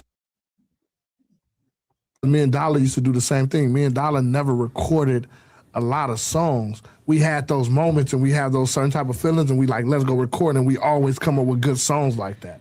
Instead of just recording. So she'll be gone for a little bit. She'll come back. We'll go out and have moments, and we'll go record 2 or 3 songs. And every single one of them, I'm not going to say is going to be a single, but they'll be dope songs to where business-wise, because we talk about that too. And that's the company. It's 90-10. It's 90% business, 10% talent. And people be like, do she get offended? And she be like, nah, because her aspect on it is like she needs to learn the business too in order not to get fucked over. So we don't record a lot. But when we do record, we be having records. And so how long are you taking to put these records out? You know, it ain't like it used to be, T-Money. No, and that's what we both can't hold this shit, gotta let it go. No, listen, we both learning that or whatever. It's a new age and time, and I get that. You know, we used to coming from, I done had multiple deals and helped niggas get multiple deals, and it's always been based around good music. So I'm actually learning the content thing too, with her. You know what It's I'm a lot saying? that go It's a into it, lot go especially into as a it. woman So artist. that's why like, sometimes when I call you and I be like, this and this, this and that, or when I call certain people, I be like, but we always end up in the right rooms. We both got to get better with just pushing shit out. You got to go. Out. yeah, facts. Because we got the records. And we in different areas. I'm in the Bay, he in LA. Like, I'm moving around doing what I got to do. And You don't he need doing to what he do do. your phone work, right? That's all you need. You need access to post this shit or your media team, whatever they need. That's all you need. Yeah. T-Money, I wanted to ask you for some advice. Probably above. The other day, I was just going through YouTube and I went to my favorite hip-hop platform, WorldStarHipHop, and I got some bad news. I found out that my big homie was talking to the cops. Skechers has the perfect holiday gift for everyone. Hands-free, cozy fit Skechers Slipin. In the valley, you was the man, homie. What the fuck happened to you? You know what I'm saying? Nigga said, and his big homie was telling. Nasty work. What do you think I should do, T-Money? Who's talking to the cops? There was an AI voice. A compelling thumbnail. Shout out to, listen. It's on a big platform. Shout out to that post. I took it at face value. Yo, shout out to that post. And I don't know what to do. All right, so I think listen, I think with that advice, right? Again, right? So where we come from, if you say something, you have to have a point to prove it. You have to have the work. You know what I'm saying? And if you don't have it, you better figure out how to go get it and find it. Again, that goes back to how we were saying when I say he says some things at the wrong time or whatever the case may be. Boy, that's $5 million. What's that? What? Notice of defamation and demand. We would like to schedule a call for Thursday. Our deputy general counsel is out the remainder of the week. Defamation of character. We'd like to be $5 sure. million. Good looking out, bozos. You paid your op. Who you suing? WorldStar? Oh, no. WorldStar. Okay, so no, listen. WorldStar's owned by another media company. Right. And you're going for them. So he said $5 million. He hit him for $5 million. Pay attention. You see, in my world, I will never sue or never involve court with nobody from the streets. Okay. But if you are the Ritz or you are a corporation or a company, okay, I will fire your ass up. I have a motherfucking law firm called Sing and Sing. That's not no Didn't I call problem. you? You don't want me to get no money or something? Because I called you about my defamation of character from the Rolling Stone magazine. I never told you how to go and get it from Rolling Stone. I don't know. I wear the attorneys. They're right there. You can go get them. We can still go get them. I think it's too late. No, it ain't. No? Fuck no. Oh, yeah, you right. You can go get them. Because let me tell you what they fucked up at. They stupid motherfuckers said. Don't say it, because don't let them go fix. Well, I guess you got it. Let me tell you what these bozos did, Adam. Tell me. They went on this clip on WorldStar and said, I was a federal informant and that I caught on wiretap trying to get somebody killed. Now, these two things, right, are things that can be investigated. The wiretaps can be pulled and the investigative officers can be summoned to say, was this man a motherfucking federal informant? Was that in the magazine? Huh? Was that WorldStar. Oh, okay. Right? So when I seen it go on WorldStar, the team seen it, I said, no, let it get to 1 million, right? And let it cross over. Because the more views it has, that means the more damage is done. 1 million people have seen that video. On WorldStar. Great, right? So what people don't realize, whether you like it or not, I'm a fucking public figure. Whether you want to agree with me or not, WACK100 is a trademark name and is That's a goddamn lie. WACK100 is not trademarked. Let's a go. public figure by right of. He is a public figure of podcast, by right of record label, by right of notable manager. I'm a public figure, right? So when I hit my legal beagles, they was like, "Oh shit, we know they didn't do this." I said, "Yo, let it rock out," because it's chestnut checkers, right? You get these gang members that's emotional, and they say, "Let's do this to WACK," right? You always have to think about what you're going to do to me. So now what's going to happen is I'm going to let it play out. We're going to go high, settle in the middle. And then when I settle, then I'll post that on WorldStar and say, "You stupid motherfucker, you just made your op a couple million. Who won?" I'll lose 10 battles to win the war. I always tell people. So he said he would post the settlement agreement to show the world that he won. Now listen. I could have got that shit snatched down day one. No, I'm going to lose these battles. Let's let people get it, talk about it. Other blogs grab it, share it, because my team, as you know, you have a team, is tracking everywhere it goes. On WorldStar, it just did 1 million, right? But when you combine everywhere it went, what all the comments said that's directed at me, right?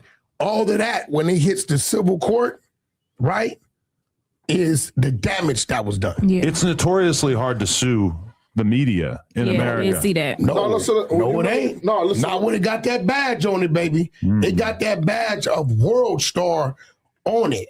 Who do you think put the bag up to have that posted, and who do you think made it? Oh, that was Big Q that did it.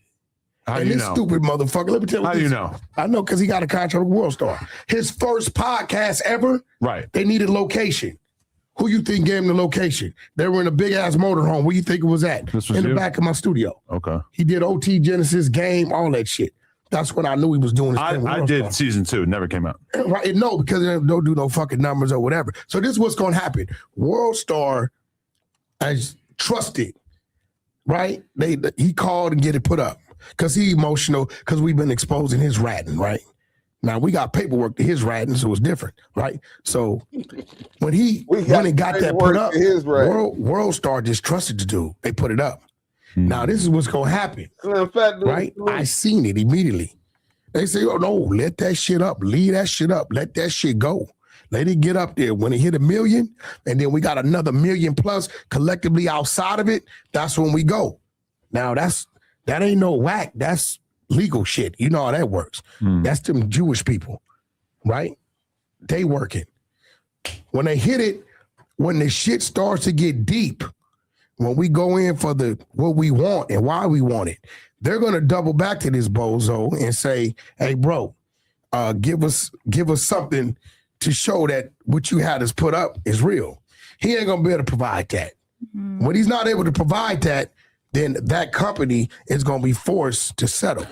Like, I'll give you an example, and I do think what you're saying kind of makes sense. But when they're trying to prove that Trump intentionally stole the election, that is going to be a very, very hard case to make in court. Totally different from this. But because it's easy to imagine that Trump really did believe that the election was stolen from him, regardless of if it ends up being true or not.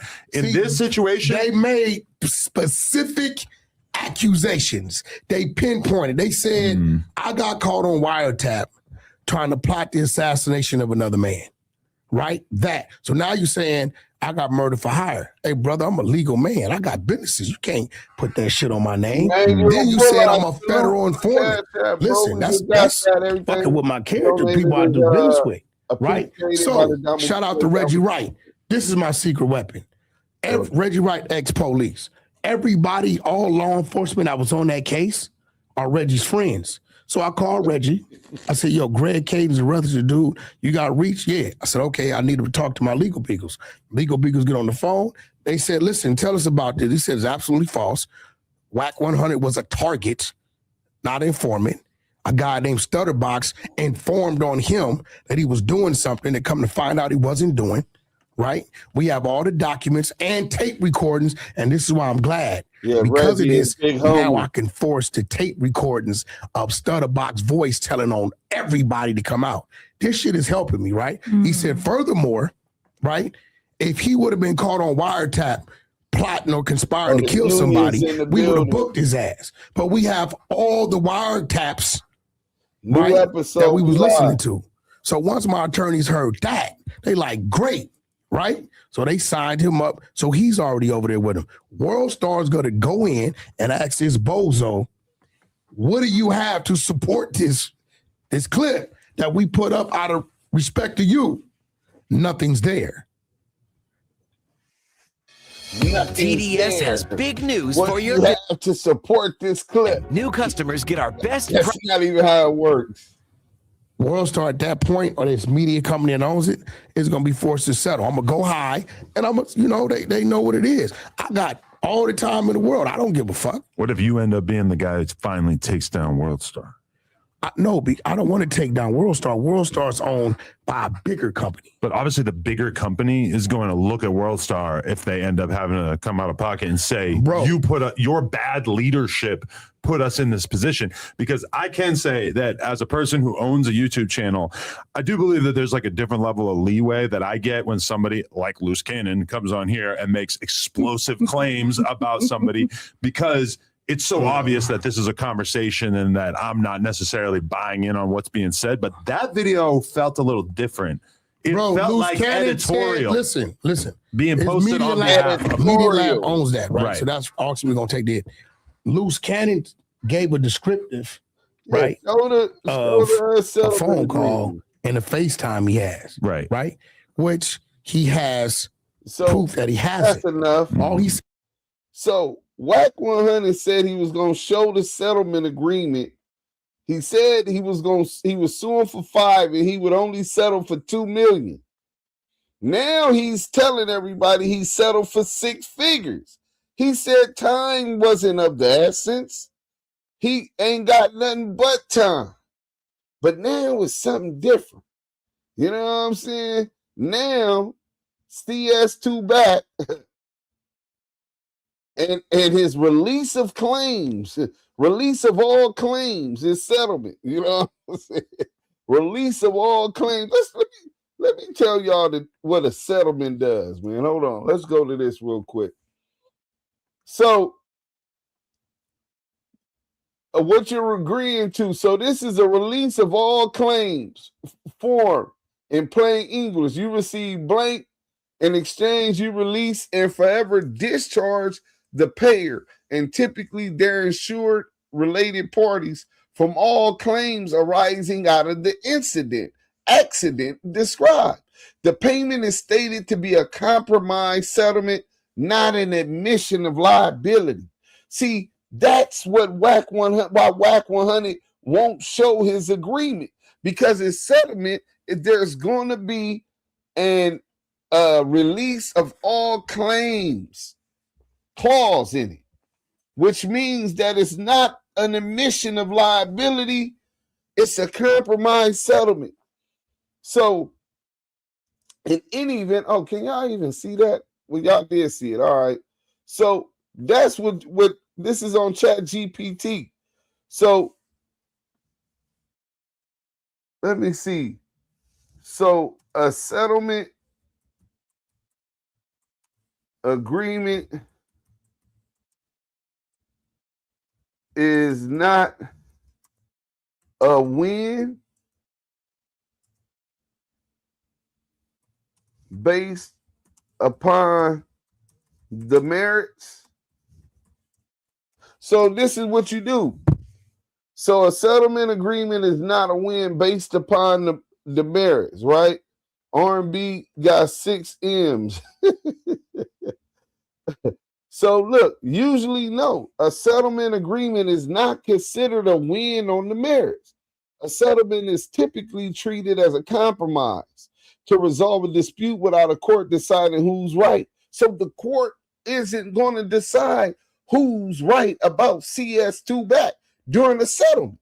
That's why releases often say things like, this is not an admission of liability, and compromise settlement. In other words, money paid equals the other side legally lost on the facts and law. A few nuances. Public perception. People may feel it's a win because you got paid, but legally it's not a merits determination. And this is what WACK is capitalizing on. You dumb motherfuckers who never been through a civil suit and don't understand that a settlement agreement is a compromise settlement. A court judgment versus a settlement. A win on the merits usually means a judge or jury decision, or sometimes a dispositive ruling like summary judgment in your favor. Some settlements can be with prejudice. Dismissing a case with prejudice ends it permanently, but it still usually isn't a merits finding, just finality.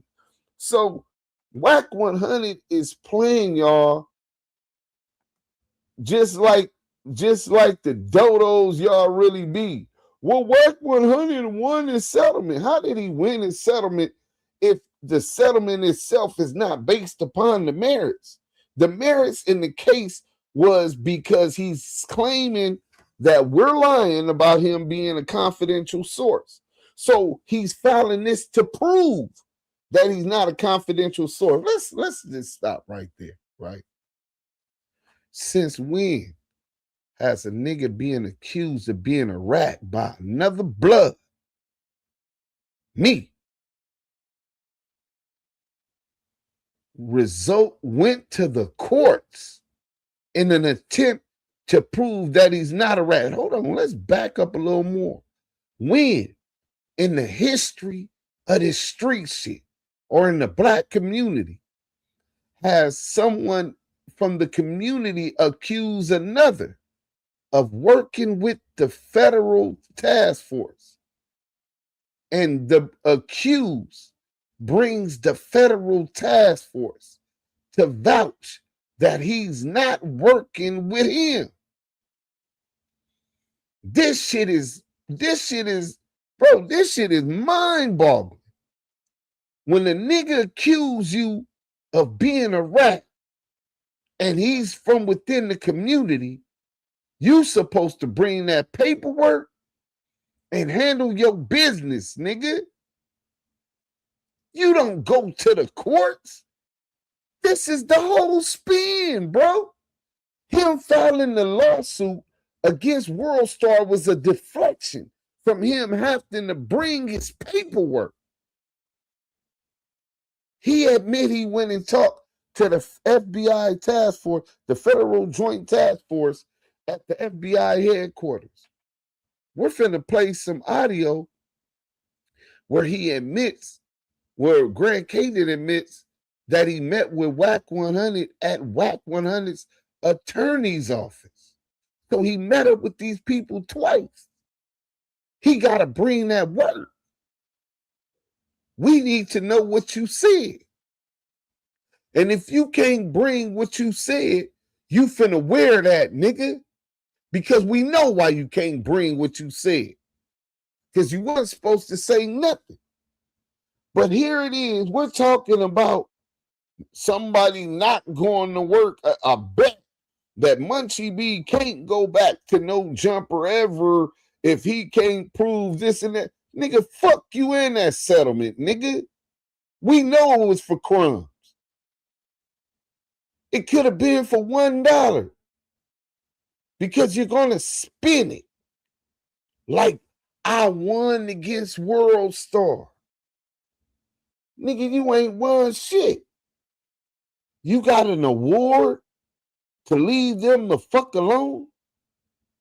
We're talking about based upon the merits. You said you would settle out $2 million. I ain't gonna lie.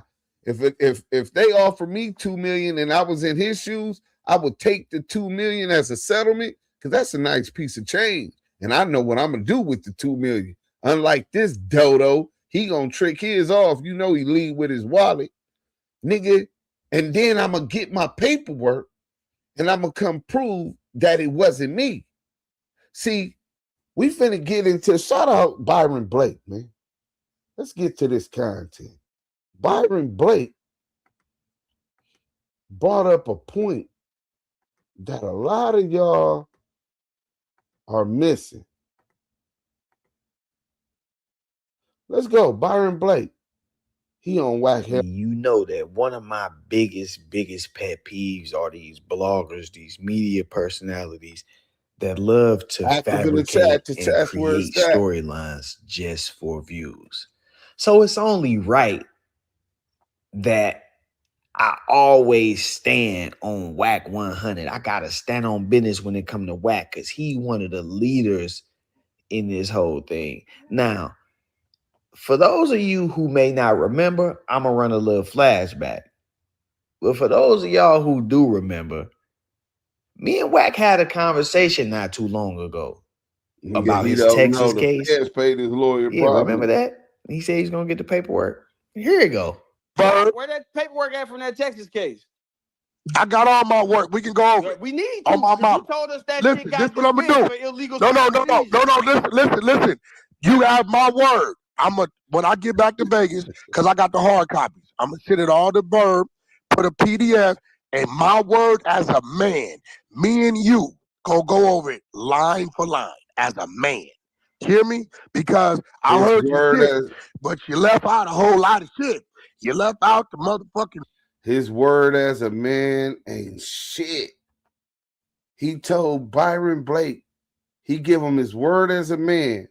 When he get back to Vegas, they could go over word for word of the Texas paperwork. He got all this shit. Officer got caught lying on the stand and all kind of shit. You left it out.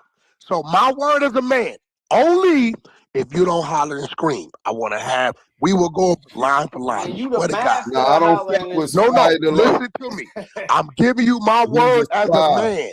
If you don't scream, me and you on both platforms, we will go over it line for line. And deal? I need a no copy. screaming I though. need my own copy of that shit. I swear to God, when I get back to Vegas, Get that copy. I'm gonna listen. Think he finna read some shit to me. You hear me? No. I just told you I'm gonna have it, all the hard copies in the PDF and send it to bro. I told you that. How we gonna go over it line for line if you ain't got a copy? Yeah, I need a copy of that. See, I know my case. See, here goes the thing. Nobody ever finds cases on me. WACK tells you about his cases. Now, I'm not a dummy. If I was a nigga.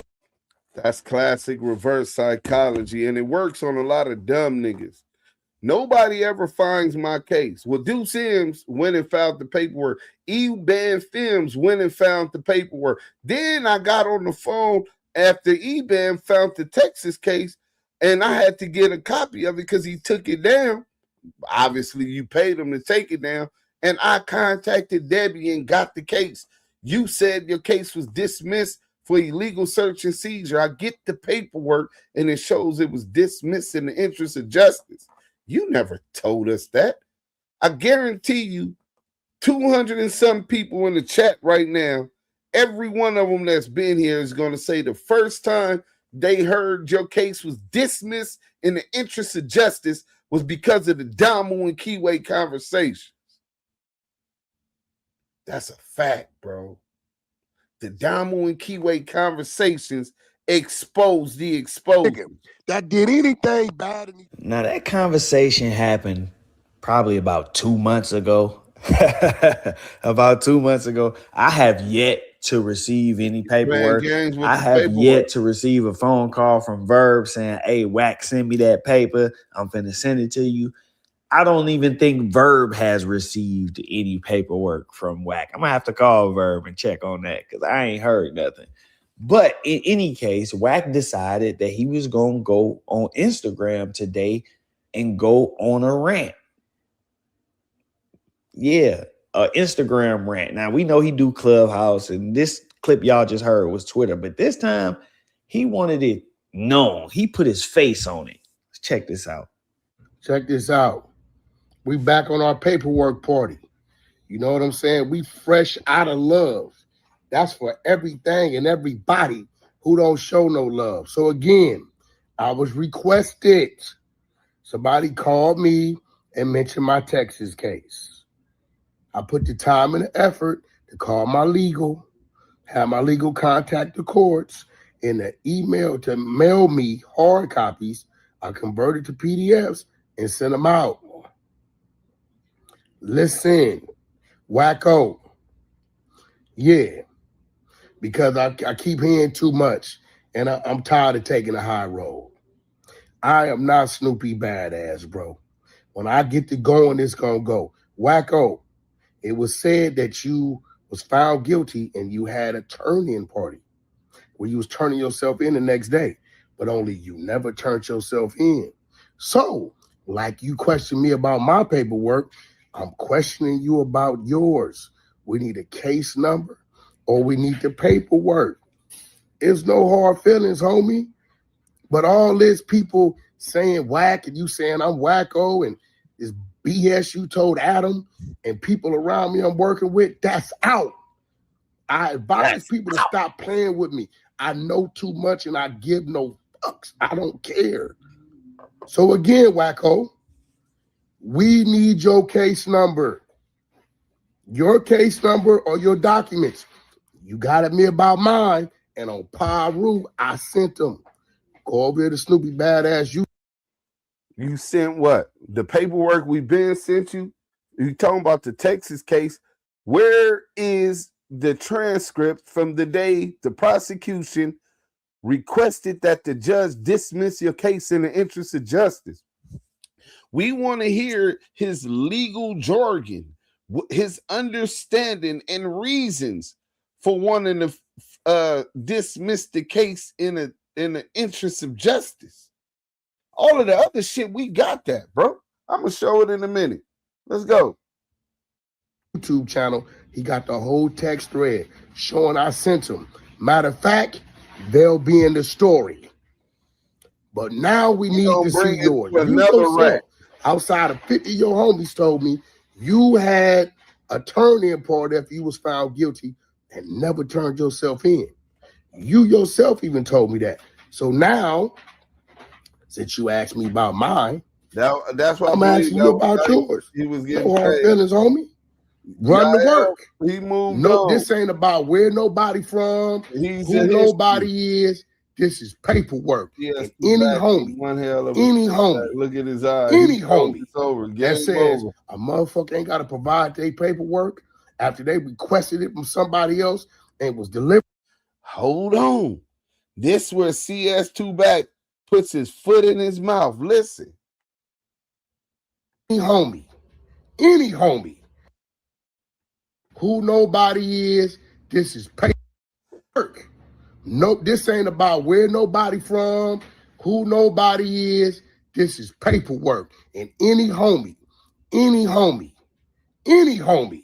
that says a motherfucker ain't got to provide their paperwork after they requested it from somebody else and was delivered it, and now he don't want to give his up, nah, you got to run the work, bro. So that's where CS2 back put his foot in his mouth. So the boy Byron Blake, shout out to Byron Blake for continue to put that full court press down on CS2 back, told him to bring his paperwork from Oklahoma or the Texas gun case or both, right? And he said his word as a man, he was gonna bring it as soon as he got back to Vegas. He made it to Vegas, and 2 months later, nigga, that was spin. He was in there with them battle rappers on Clubhouse. He got confronted, so he deflected, spent, sold the dream with no intentions of ever presenting that paperwork. And adverb. So since he's telling you that, you're the one he's gonna give it to. Why you haven't pressed up on him and told him, bro, you use my name. Don't be using my name like you gonna get it to me and don't give it to me, because niggas is looking at me like I'm trying to cover up for you, not giving it to me. I'm just keeping it G. You know what I'm saying? But you also told Adam that you was going to bring the settlement agreement. Like, look, stupid, you paid your ops. Right? WACK100 continues to promise to bring his work. I've been pressing this buster for 3 years about the CS2 back. His statements to federal task force. Right? We out of here. Salute Byron Blake, man. Thanks for the content, brother. Y'all go over there and support that, brother. You know what I'm saying? And now we gonna go to when he promised me he was going to go get the work. You know what I'm saying? We got the kind. Los Angeles TV. Shout out my God. Where we expose the exposers. Los Angeles. Well. The CS2 back, a.k.a. Badger Blood, is back again. And this time he's got an explanation for the badge in his wallet. Or at least, he thinks he does. Apparently, he's now putting a $5,000 bet on the table, claiming that the badge is some type of law enforcement badge. Yeah, you heard that right. A whole $5,000 bet just to prove he's right about his own badge. It's the dumbest wager you could make. But with CS2 back, you know how his ABC 1, 2, 3 logic works. He swears he's playing chess when he's barely playing Uno. So yesterday he jumped on Demon Time's panel. I guess this time he decided to let Demon get the exclusive instead of SBGB TV. You know how Porky does. Strategic clown moves. Let me give it to Demon Time so it don't look like I'm working with SBGB. Like that changes anything. This dude moves like he's in a low-budget spy movie. Now back to the bet. He's saying whatever Demon Time thinks the badge is, he's putting $5,000 on that being correct. That's not even the punchline, though. I'm desperate right now because Powerball and Mega Millions are doing everything to put me in jail. But I'll keep exposing the lottery loophole that makes even the laziest American hit at least 4 winning numbers every single week. Oh, my bad. I was just a simple farmer from... Later in the show, Duse calls in. And if you know, you know. It's always a classic moment when those two end up on the same call. No matter how quick it is, you're guaranteed to see Porky do what he does best. Run, dodge, deflect. All the classic Porky tactics are on display. So let's not waste time. Let's get into it and let the footage speak for itself. You know what happened last time? You and Compton Rick Rock was on the same stage. We got Compton Rick Rock in the building. Man, Yeah, listen, man. this is what I propose, right? Because I violated so many people on the internet. I violated people, and I deserve to take a loss. This might be the realest thing I've ever heard Porky say, that he's violated so many people on the internet. He deserves to get paid back for it. I'm one of those people he's violated. This man wished me a happy Father's Day, and in the same breath, hit me with 3 YouTube takedown strikes on the Loves Boys videos. 3. But I'm not the only one he's violated. He did the same thing to Demon Time. And him violating Demon Time is the reason Demon did this right here. Hey, what's up? We live for all the out there. What's up? Y'all want to be famous? Here you go. Let's not forget Compton Rick Rock either. That's supposed to be his brother. Porky gets on the phone with the federal informant, Snitch and Tell Dale, and says Rick Rock set him up to get robbed for $40,000. Because that's how I know Rick. That's how I know Rick Rock too. Because Rick Rock used to do the security at the warehouse, and I think that's how Rick Rock know him too. That's the spot they got hit. Yep. For like the 40. Yep. Yeah, that was one of my spots. Yeah, so Rock, he was security at, but Jay Reed come over. That's how we all know each other. But I don't that nigga. Like, Yeah, well, you know, wait, that was your spot? Yeah, that was one of them. Yeah. You know Jay Reed lined that spot up. Why you think I know it got hit for 40? Oh shit. Let me see if you can guess who he had do it. Rick Rock. That's what CS2 Back has been out here doing on the internet. Backstabbing, playing both sides, and hiding his hands. And now he's sitting on a panel with 2 of the very same guys he violated, like nothing happened. Not only am I going to be exposed with this bet, somebody going to take $5,000 of my money. So the $5,000 bet is not a risk that you're going to lose. It's just a guarantee that I'm going to lose. I need to feel the pain and agony because I've been perpetrating all this time, right? Exposing people. And now you say I myself have a badge. So I'm willing to sacrifice $5,000 of my money just on a simple bet. I mean, it's a sure shot. Can you articulate what the bet is? Because I think I want to take this bet. The bet is this. Right now, the bet is that badge. You're saying that badge represents any form of law enforcement, meaning meaning it's being you will be recognized as a peace officer with that badge. That covers probation. That covers everything. Listen, I'm putting it out there because it's a short shot. I want to lose because I feel like I need to sacrifice myself because I've done so much damage on social media through the exposure movement. Now it's a $5,000 bet. This is not for you to lose money. This is for you. I'm guaranteed you're going to win some money. I'm guaranteed you're going to win some money. Porky is guaranteeing you'll win money. As long as you bet that the badge he flashed belongs to some type of law enforcement agency. That's the stupid-ass bet he's putting out there. And this is exactly why I say he's got that ABC 1, 2, 3 mentality. First, you go online, do the whole Snoopy badass routine, flash a badge on camera, clearly trying to make people think you're police. Then you turn around and say, "Yup, I got a $5,000 bet that the badge is real." Who wants to bet? With or without that badge, we all know Porky is CS2 back. And you'll be known as the one that exposed WACK and took $5,000 from him. Rick Rock, what do you think? Do you think I should take a bet that that badge he has in his wallet is associated with some type of No, peace officer is being recognized as a peace officer. That covers probation badges, any of that. Probation So are he recognized. could be a correctional officer. He could be that a covers peace all of officer, those. That probation, covers parole. all of them. That covers all of those. Or as did he well as LAPD sheriff or any other department of law enforcement. I want you all to pay close attention to CS2 back's calm demeanor right now. Real smooth, real collected, acting like he's in control. But here's what I want you to really notice, because this happens every time. That calm, confident front he puts on.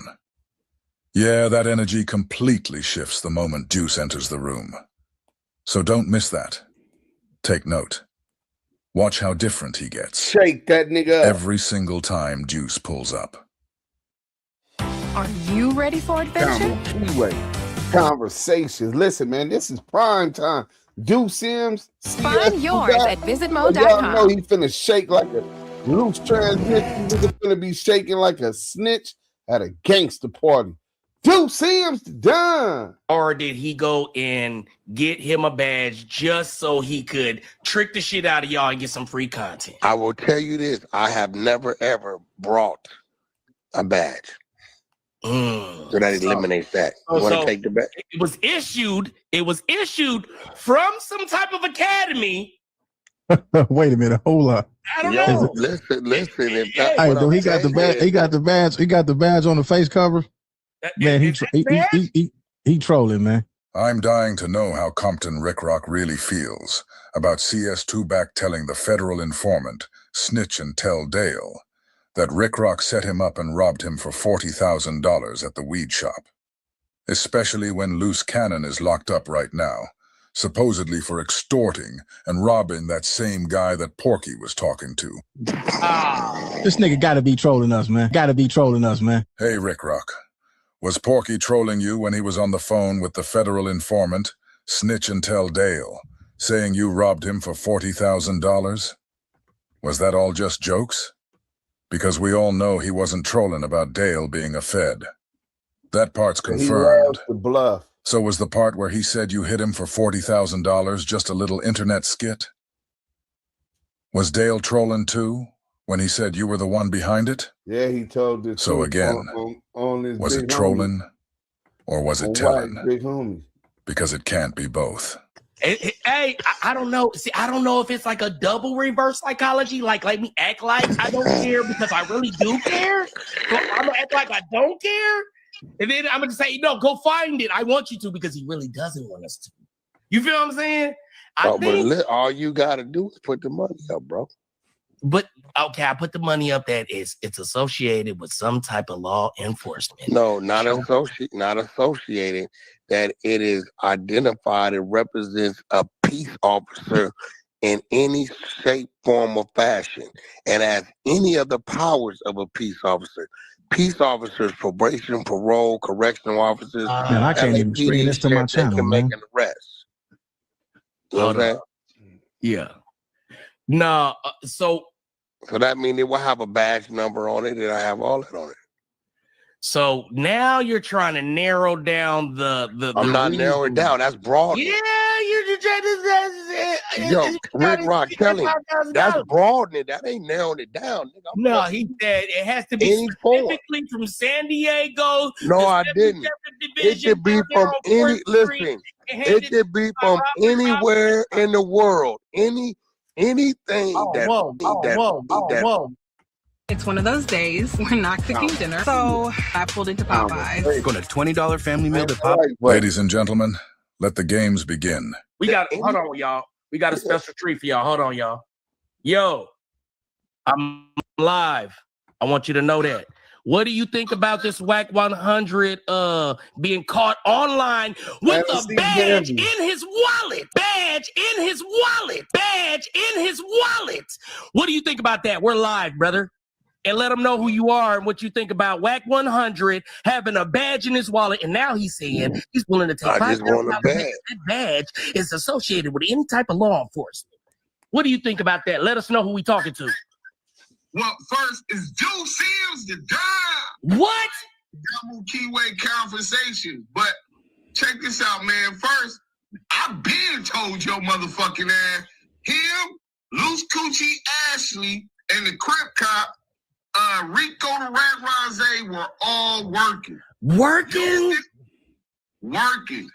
We believe that the Crip Cop went to was a Baca boy, went to the sheriff or the academy up by like Fresno or Humboldt County. What? We have a sheriff officer confirmed that he was a Baca boy, told us to stay the fuck away from him.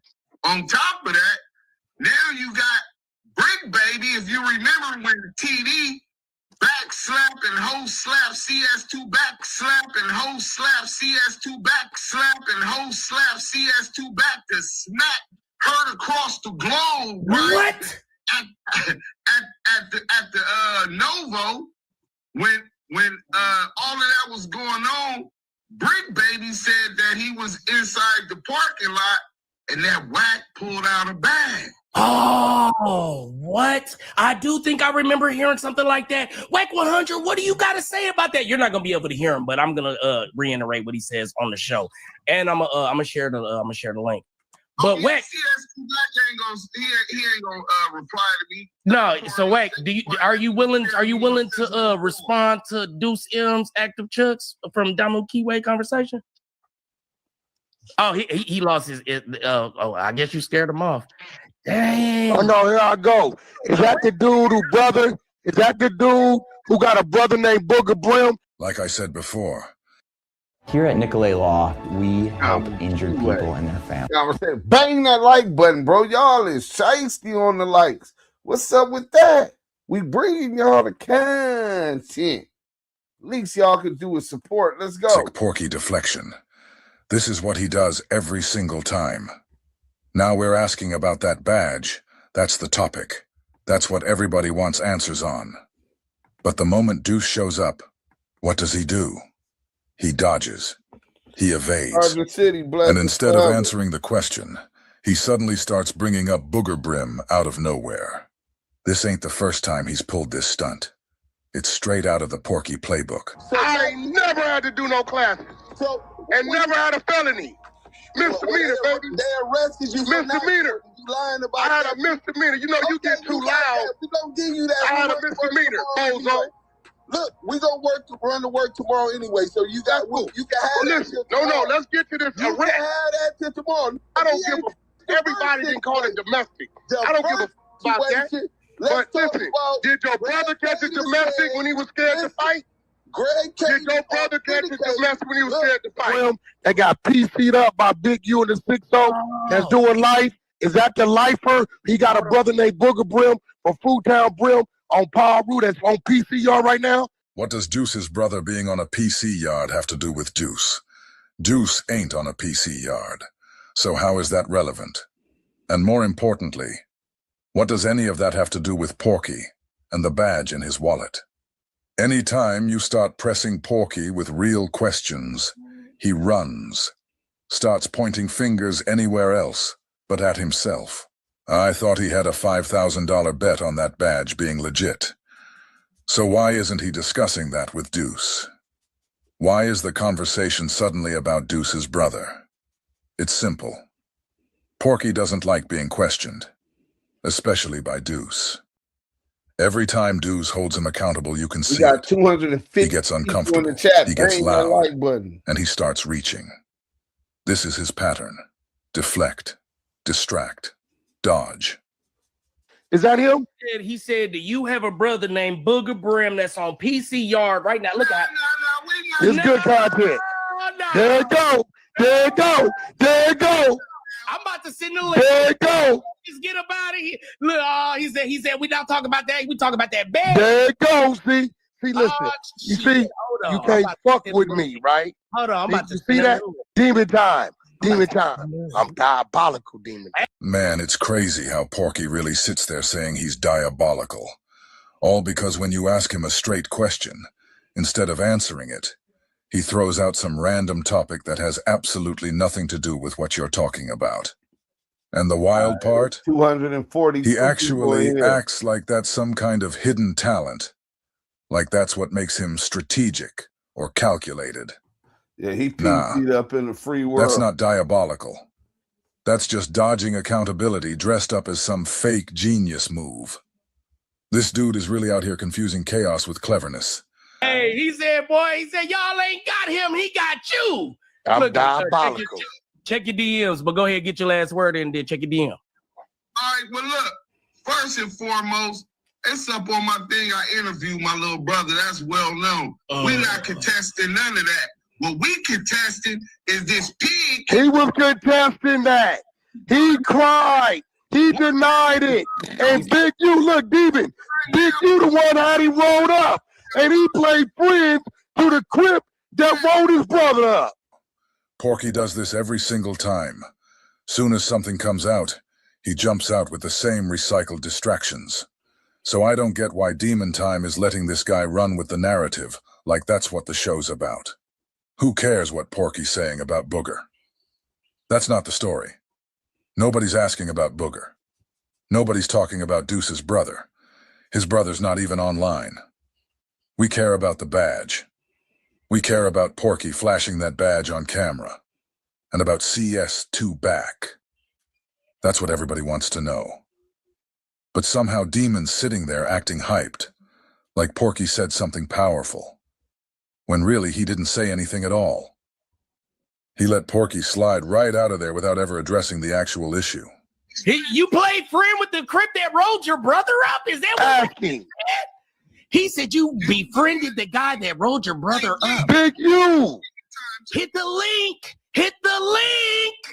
Fuck that link and fuck you. Fuck that link and fuck you. Fuck that link and fuck you. Damn! There it go. There it go. We got content. Shout out to Booger Brim, Food Brim that's on the PC Yard. There it go. All right, go ahead. I'm gonna allow you to speak after you said fuck me, but go ahead. Listen, everything that I just told you, I did the whole interview. All of those facts is on my page. Nigga, we not finna relitigate that, nigga. This is the content. This police ass nigga done pulled out a badge again, and you on here fumbling the motherfucking bag, trying to flip the script and let them deflect from the topic at hand. Oh, man. You on, nigga? See, here's the real problem. These dudes out here are running content, trying to make a little money off the mess, but they don't even understand how serious this situation really is. CS2 back is not just some troll. He's really working as an informant for the feds. At the same time, he's doing the dirty work for Alan Grumblatt, moving on whatever agenda they hand him, even if it's against the community. People laugh and joke about it now, but it won't be funny once he has you booked. And Demon Time, let me speak directly to you. They were getting ready to run a play on you. Porky and Lucy tried to turn you into content. You might have dodged it that time. But ask yourself, how would it have gone down if you didn't? This isn't about petty beefs or YouTube clout. Badger blood that you have on your platform. Name is in Del Dog and Big U's paperwork. It's in indictments. And look at what happened with his partner, Adam 22.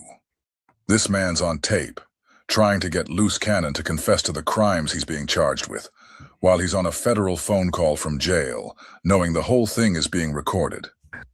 Get everybody's Skechers slip-ins. Listen to me, people. Hey, listen, bro. This nigga Scandalous ain't letting this nigga off the hook, and I damn sure wasn't. But I seen this nigga. Think about this. Wack got caught with a badge. He up here with you. He want to talk about Booger. Nigga, the interview with Booger and why he stopped gangbanging because he got ratted on. Why he decided to go PC, that's on my page, nigga. That ain't no content. The content is this nigga them flash the badge. And we gonna go to this new app. And the new app says that is a LAPD badge. Let's go. All you gotta do, federal prison. All you gotta do, federal prison. Let me just hit you with a narrative. Is that a lot of people think that, in particular Trap Lord Ross, they think that you saying that you were falling out with Wack over the fact that he reported on the cops raiding your house when you allegedly got swatted or whatever, they think that was all a cover because you actually were mad at Wack for basically getting you caught up because you knew that you were going to get caught up as a result of some of the shit that Wack, or that Big U and you did together. No, me and Big Useless didn't do anything. Me and Big Unisex never did not one thing together. So you robbed the weed shop, or you extorted him, right? You robbed the weed shop, or you extorted him, right? You robbed the weed shop, or you extorted him, right? No, never robbed no weed shop, Adam. You know that. And I will never let you guys forget that Adam did that. That's not entertainment. That's entrapment. And they're doing it together. Like some off-brand Miami Vice, Crockett, and Tubbs. Hey, I'm asking who that. You asking your questions, he asking his questions. There's a lot of content, Miss Hurt. Hey, but listen, hey, did I not give you a chance to speak? Did you not speak it? And I did recall that Rick Baby did say he see the badge. So get your big 1-2 fapping ass up and shut your ass up, nigga. Hey, but I'm just saying that was his response. And you couldn't hear him, so you got to understand you couldn't hear him. So I wanted you to be able to respond to that. But yeah, man. Real quick, you got CS2 back on your line? Yeah. Wack was just on here. Oh yeah. We not going. That nigga can never look me eye to eye on no live after he put my nigga Big U in jail. Help them motherfucking crackers. Fuck that rat ass nigga. Blood gonna walk when I beat that nigga. Tell Blood pull up in the set or something, nigga. What? Ass nigga. That nigga can't breathe the same air I breathe, nigga. That nigga's a rat, nigga. But are you from Rolling 60s? Nigga, I'm from LA Brim, FHN, nigga. But so why are you in the Rolling 60s business? Listen, my nigga, I got Active Chucks Entertainment. I fuck with real niggas, real Crips, real Bloods, and Big U happen to be a leader amongst the community, not just the Crenshaw community, a pillar in Los Angeles. Help my road dog son make it to college. Help these kids, girls not jump on stripper poles. Okay. This segment is called Game Ball, and we are going to grab the game. So that's one of them, but I think that's the wrong one. Hold on, we got another one. And then we got something for Street TV, man. Oh, here it go. Damn. Okay, we'll get to it. But I was talking about how WACK100 be lying, talking about he gonna bring the paperwork, and he still ain't brought the paperwork. Let's get to it. Along the way. Shout out most attempted murders. Endless. You know, like all my whole record was violence. In there, you just really don't understand how that inner city. We don't fuck with. Listen, dog. Listen, the only police we fuck with is the crooked police. It's Power Rules and Crips. It's gang members that niggas don't know they gang members. We fuck with them police. Them the homies. Yeah. They do everything we need them to do. And it's a lot of them out here. You know, they're pulling nigga over, taking what we need to take. Them the police we fuck with. So we fuck with police. Welcome back to Scandalous Los Angeles TV, where we expose the exposers. Porky has really outdone himself this time. Reggie Wright and John, over at Bomb First, tried to help him. But somehow he still managed to throw himself under the bus. Just like every other time, we've caught Porky in another lie. And this time, it's serious. Today, we're about to prove that he really did go to jail. He really was picked up and brought in for questioning. Now, if you know Porky like we do, then you already know. He lies so much. We can't just focus on just this one. Before we even get into the jail story, we have to touch on some of the other lies he's told recently. I won't take too long on it, but let's go back to that story he told about being CK WACK and how that persona supposedly came to life in Soledad. And I went to reception, and they put me in cell with a G homie named Baby Wayne from Billy Style Power Room. And I think at that point is when my penitentiary training started. You know, because he had been to prison 2-3 times. He put his head down and thought about the line. Baby Wayne it turned him out to 3 finger back. Come hither. 3 finger back. Baby Wayne was a knockout artist that he had to fight 3-4 times a week. That nigga was taking that nigga cheek. The thing about Baby Wayne was a knockout artist. And when you were a young Paru in the cell with a G homie, you're going to fight at least 3-4 times a week just because. So, you know, he kind of got me stronger with my push-up game, my physical game, and he made me squabble him every day, almost. So by the time I left there, I hit Soledad.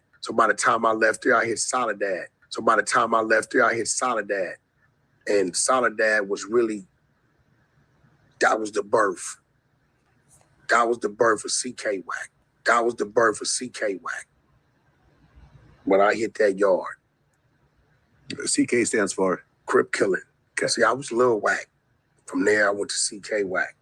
According to Porky, he left Delano State Prison and was transferred to Soledad. And that's where the name CK WACK was born.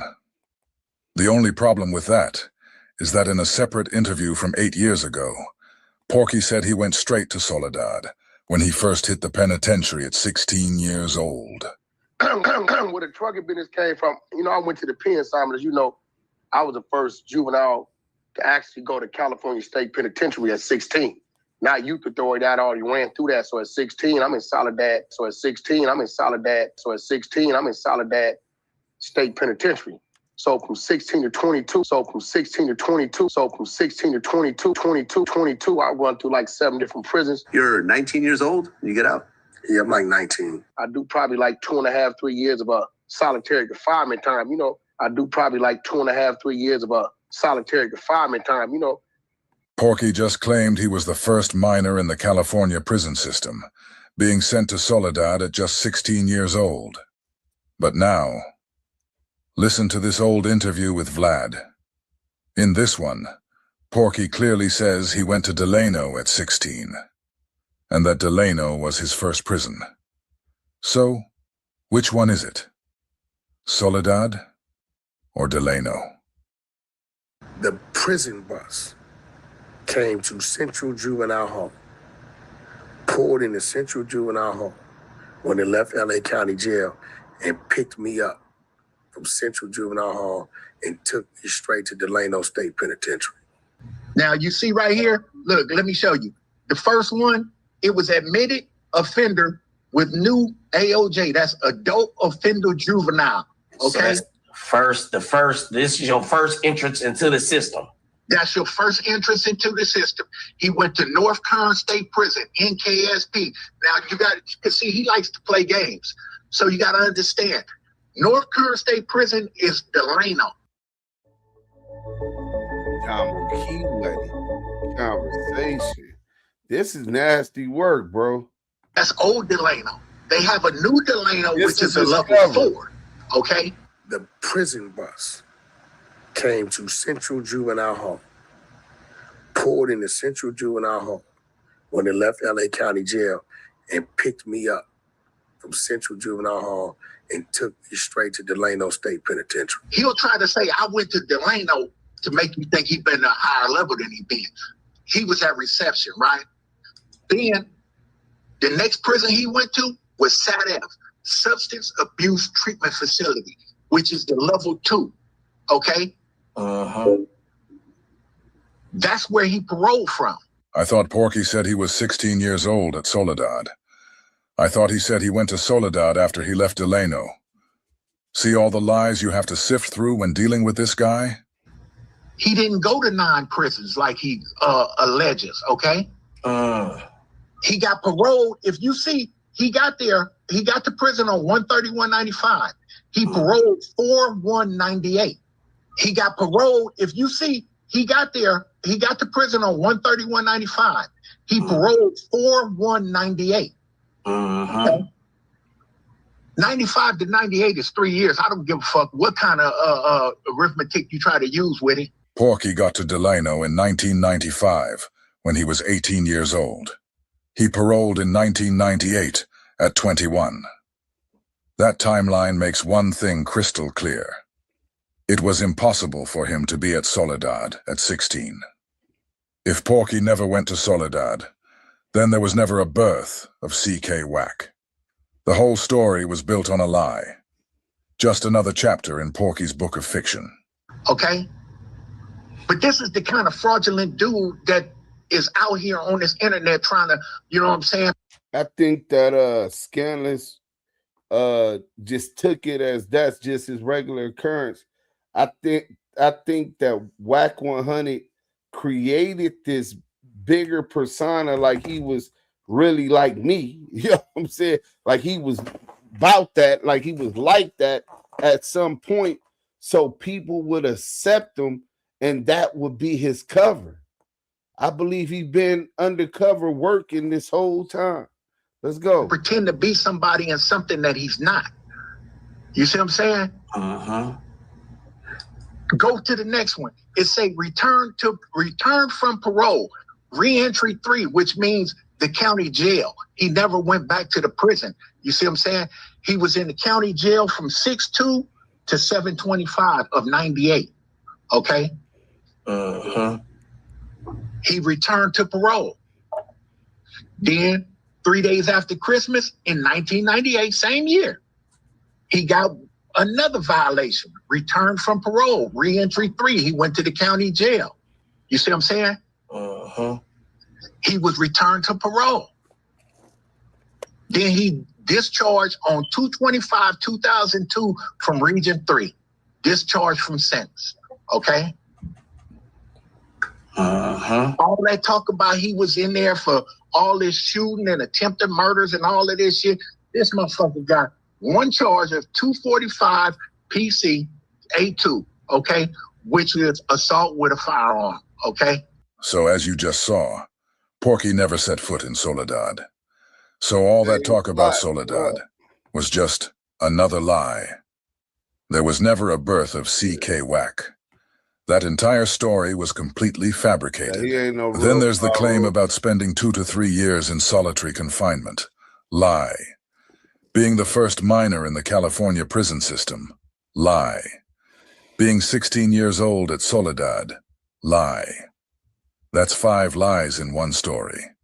Back to back. Right, Renegade. But this is what Porky does. Now let me show you guys how Porky fell on his own sword. You won't find this next clip on YouTube anymore, because Porky had Cheeseburger Chuck take it down.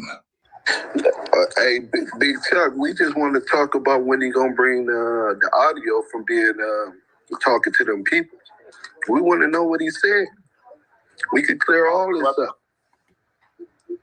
Who is that, Chuck? That's Duse. Yo, I just PCK always talking to me. We in the streets. We in news. I got nothing to talk about. Every time he does this, it's a PC move. Always notice how Porky reacts when Duse questions him. He can't stand it.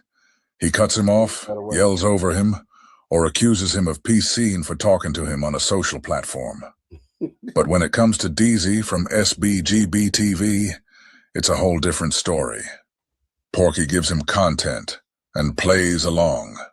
Oh, what's up, homie? Okay, yeah, as long as it's whack on here, because if it's somebody else, we're not doing that.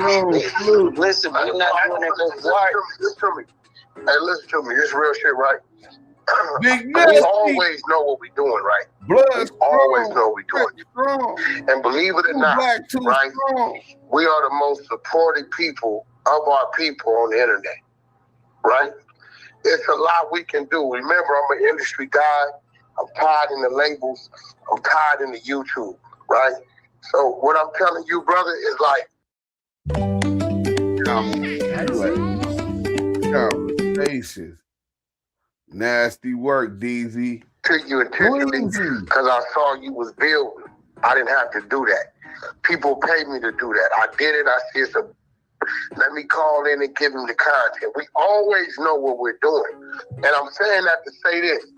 At some point, bro, you run your content, but you gotta have some type of reserve when you're running it. Because remember, it's our content. It's our content. And then, okay, so doing these type of things, right? There's certain things that, especially when it comes to me as a public figure, right? I own me. You right? I haven't given you a verbal or signed anything, right? So what I'm saying is, as a brother, when I'm talking as a brother, fuck to people. When a brother is calling in to help you, because I'm giving you notice the content I gave you, you've been able to chop that shit up and run with it for about a month, a couple weeks. That nigga said, see the content I gave you, you've been able to chop it up for 3-4 weeks. He said a month. Right, at least, right? But it gotta come to some point, bro, to where it's just not like an attack thing.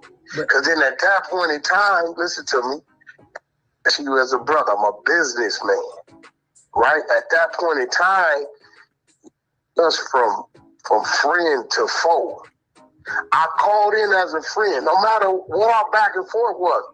I chose to stay on the phone. I know, I've been doing this social media shit forever. I know what I'm doing. If I don't fuck with you, I'll never say a word to you. I won't even utter your name. If you see a lot of people, I ignore them. I won't say their name, because the minute I say something to them, I have a conversation with them, it helps still. You get what I'm saying? I know that. I know what I'm doing. If I don't fuck with you, I'll never say a word to you. I won't even utter your name. If you see a lot of people, I ignore them. I won't say their name, because the minute I say something to them, I have a conversation with them. It helps still. You get what I'm saying? I know that. So I'm telling you, brother to brother, run your content. Especially we gave you content. Listen, me and you have nothing to talk about. It's established. Chuck, this is what you call a PC move. Bro, stop talking. Why you keep warning the people? Leave our shit in the street. Listen, every time you do this, you saying fuck your neighborhood because you on some PC shit. It's in the street, bro. Leave it where it's at. Me and you don't talk like this. We leave it in the street, in the darkness. Why this everywhere? You're not in the street, bro. You're not in the street. Stop it. All right. I just left LA. You ain't in the power rules. You ain't in Gonzalez. You don't hang in the parts in the garages. Remember, weird ass niggas. Stop faking. Yeah, stop faking. You making Food Town Brim look bad right now. Bro, I'm one of the greatest things that ever came from the 30s, bro.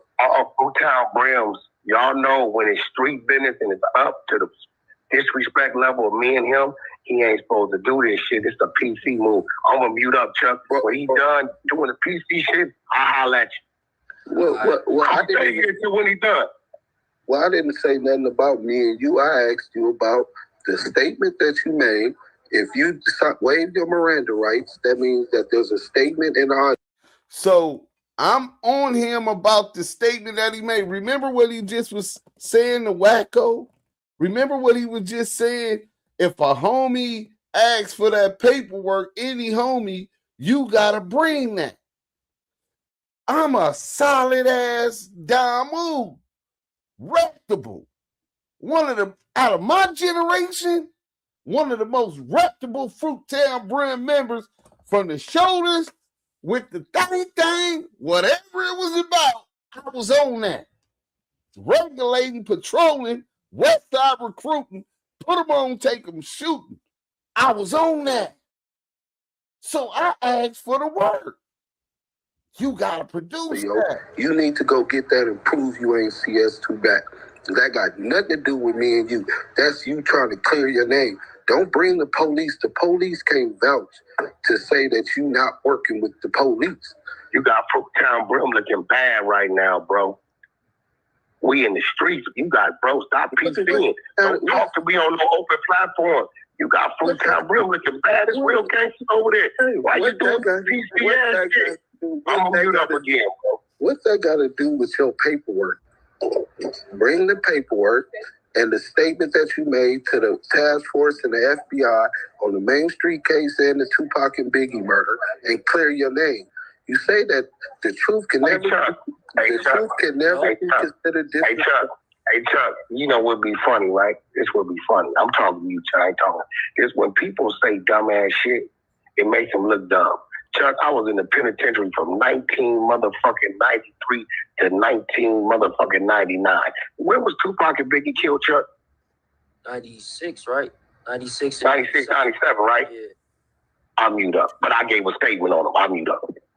Let's make sure WACK knows that he ain't fooling nobody. Hey, WACK, the Tupac and Biggie murder are still unsolved. That means it's still being investigated right now. We can show plenty of people who were in jail during the time of the murders, who gave statements about the murder. You ever heard of a jailhouse informant? You ever heard about Kenneth Bo Agnew? What about Waymond Anderson? Marion Knight and Studderbox were both suspects in the murder, and you were around both of them during the time investigations were taking place. So you could have very easily been giving the police information you obtained while being around them. I said you gave a statement to the task force that was investigating that, Greg Cadence, and then the other officer that said you was arrested. Well, first of all, there were no arrests made other than Cash Jones. Chuck, if I'm in the penitentiary from 1993 to 1999, what the fuck could I give a statement on, Chuck? Listen, bro, you admitted that Greg Cadence, that you went to the Fruittown Brim looking bad. But, you are saying some of the dumbest shit. Fucking with Death Row, though, like in 2001. 2001. 2001. Okay. This guy, he don't know what's going around. Stop making the Brims look bad, bro. Leave our shit in the street. It's already up. Chill out. Leave it in Madison, Wisconsin. You in Madison, Wisconsin. Listen, stop talking to me, bro. Why are you talking to me when it's on? You're doing a PC move. The truth hurts. All we're talking about is your paperwork. Stop spinning. Stop deflecting. When is you going to bring you to provide the paperwork? From the 60s. I don't have no paperwork. I don't have paperwork. I was never arrested, question nothing. I don't have paperwork. I was never arrested, question nothing. I don't have paperwork. I was never arrested, question nothing. WACK just claimed he has no paperwork because he was never arrested or even questioned. Now, we all know he was questioned. We all know he waived his Miranda rights and talked to them people. In fact, Greg Cadence admitted that exists. His statement exists, right? So for him to lie about that, so he don't have to get the paperwork and saying that he doesn't have no paperwork, look how quick that lie turns. He's emotional. He's discombobulated. This is when you know you got CS2 back against the wall. So he doesn't have no paperwork because he never made a statement, which we know is a lie. Now, this is how you know he lying. But you guys heard it straight from former Los Angeles Sheriff Michael KIWE. The only person who got arrested was Porky. Reggie and John deleted the clip, so don't bother looking for it on YouTube. Porky swore up and down that he was never brought in for questioning. Remember that. It's on you to provide the paperwork. PKY, Lil WACK, WACK100, or the WACK boy, or the WACK boy. Or the WACK Put that on Fruittown Brim. Look, you or the WACK boy. Put that on Fruit Brim. Put that on Fruit Brim. I told. On Fruit Put that on Fruit Brim. CS2 back. On your dead homie. You CS2 back, aka the I'm gonna go get to work. All right, guys. Now that we've heard all that, and we've heard Porky himself say he would. He's going to go get the work. On your dead homie. You CS2 back, aka the I'm gonna go get to work. All right, guys. I thought he didn't have no work. I thought he didn't make no statement. This is what I've been telling this bitch ass nigga for 3 years.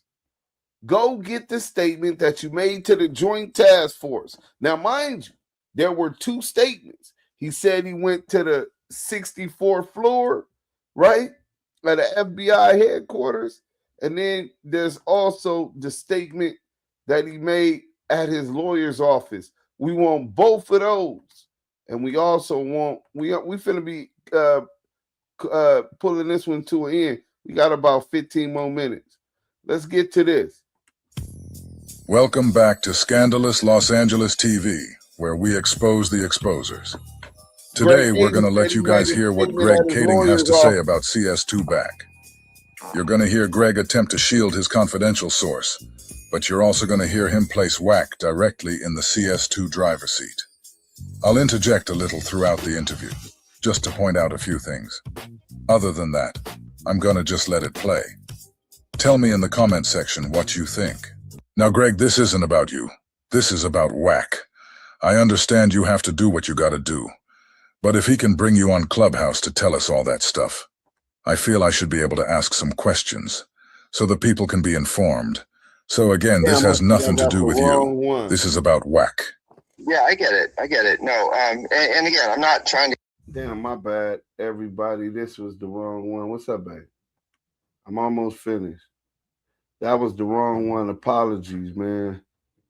It's I think it's on Scandalous Los Angeles.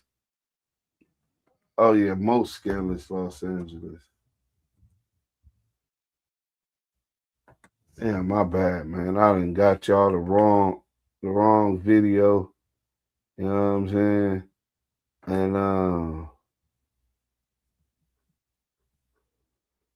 And it's gonna be Greg Kading mad that WACK got caught lying. And tomorrow we breaking down that whole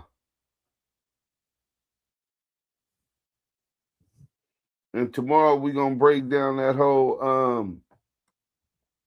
text the paperwork. Oh, there it go. We on. Smart founders know something most people miss. KIWE conversation. Yeah, we got about 15 minutes. Let's go.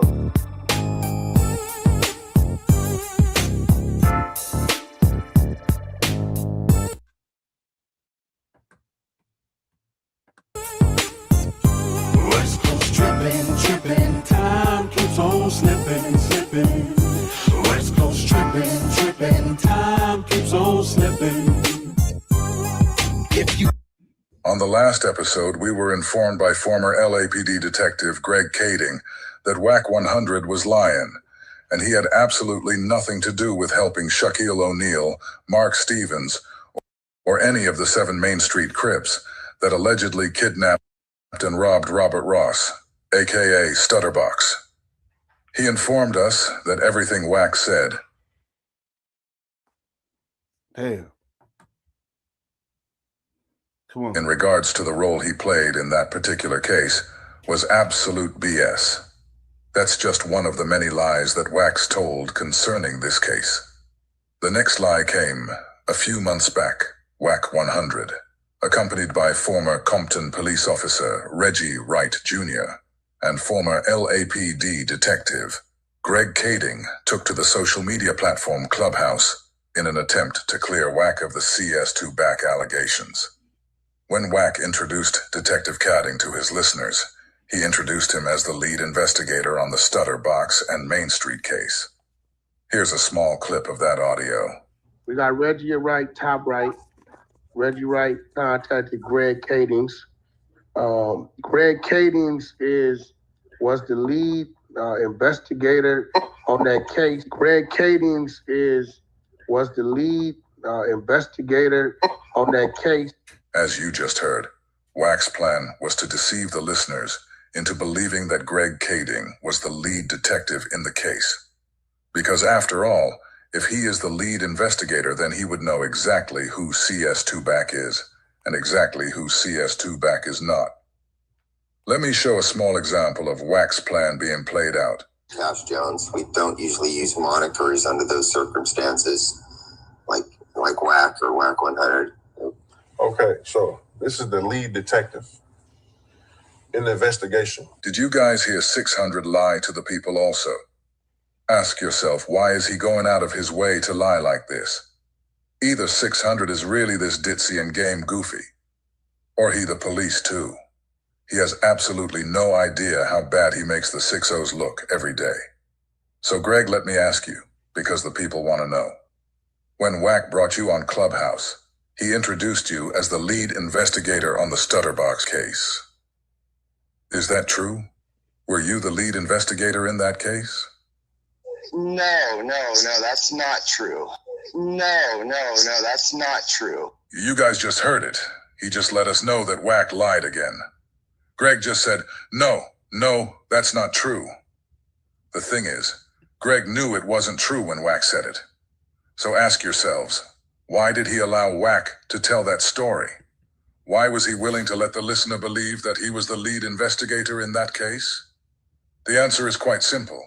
It's because WAC is a protected confidential source. Here's how that went. The guys that worked down in 77th Division, primarily a couple of investigators, a guy named Christian and a guy named Mark, they wanted to do a Main Street Crip case. And when they were doing their Main Street Crip case, obviously we're already dealing with Box on an unrelated thing, but now Box is wrapped up in this whole dilemma with Del Dog and, all the shit that he had going on with those guys. So, we were dealing with Box entirely on a separate level, or I'm sorry, for a separate thing. And they said, hey, we want to do this kind of larger federal type of case on Main Street. Can you help us? They're asking me, Greg, can you help us get this over to the federal level and to do an investigation on the federal level? Because, some of these guys don't have that experience to know how to go from a local investigation to a broader federal investigation. So they came to me, say, Greg, can you help us? I said, yeah, absolutely. You guys think you got a good case here? Let's do it. So I helped them initiate the case. I helped them get up on a wiretap and, kind of helped oversee it. They were really the leads on it. They had the intel. They knew who the players were. They knew what the history was. And I became aware of it. I started to realize, what Box had to do with Shaq and what Box had to do with Del Dog and all of that. So that was it. I wasn't like the main. I was one of the guys that was directly involved, but more of like an overseer as opposed to the new razor. DAMU KIWE conversations. We finna get to this Alex Alonso there you video have when it. we done. WAC not only lied and deceived the people about helping to free Shaq and 7 Main Street Crips, he also lied about Greg Kading being the lead investigator on the case. We can't forget to throw 600 in that pot also. To protect the lies of his handler, he went above and beyond the call of duty to deceive his listeners as well. He even went as far as demanding Duse, Brick Baby, and Spider Loke to apologize to WAC for calling him back. Man, WAC on paperwork. Nigga, we got the paperwork. Nigga, his name is back. Right? And I heard multiple people say this. You know what I'm saying? Spider Loke said it on record. Brick Baby said it on record.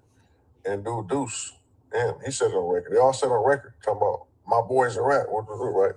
So I'm like, okay. Which I already knew he wasn't, because nobody never showed no paperwork. Y'all was painting some type of narrative that WAC was a rat.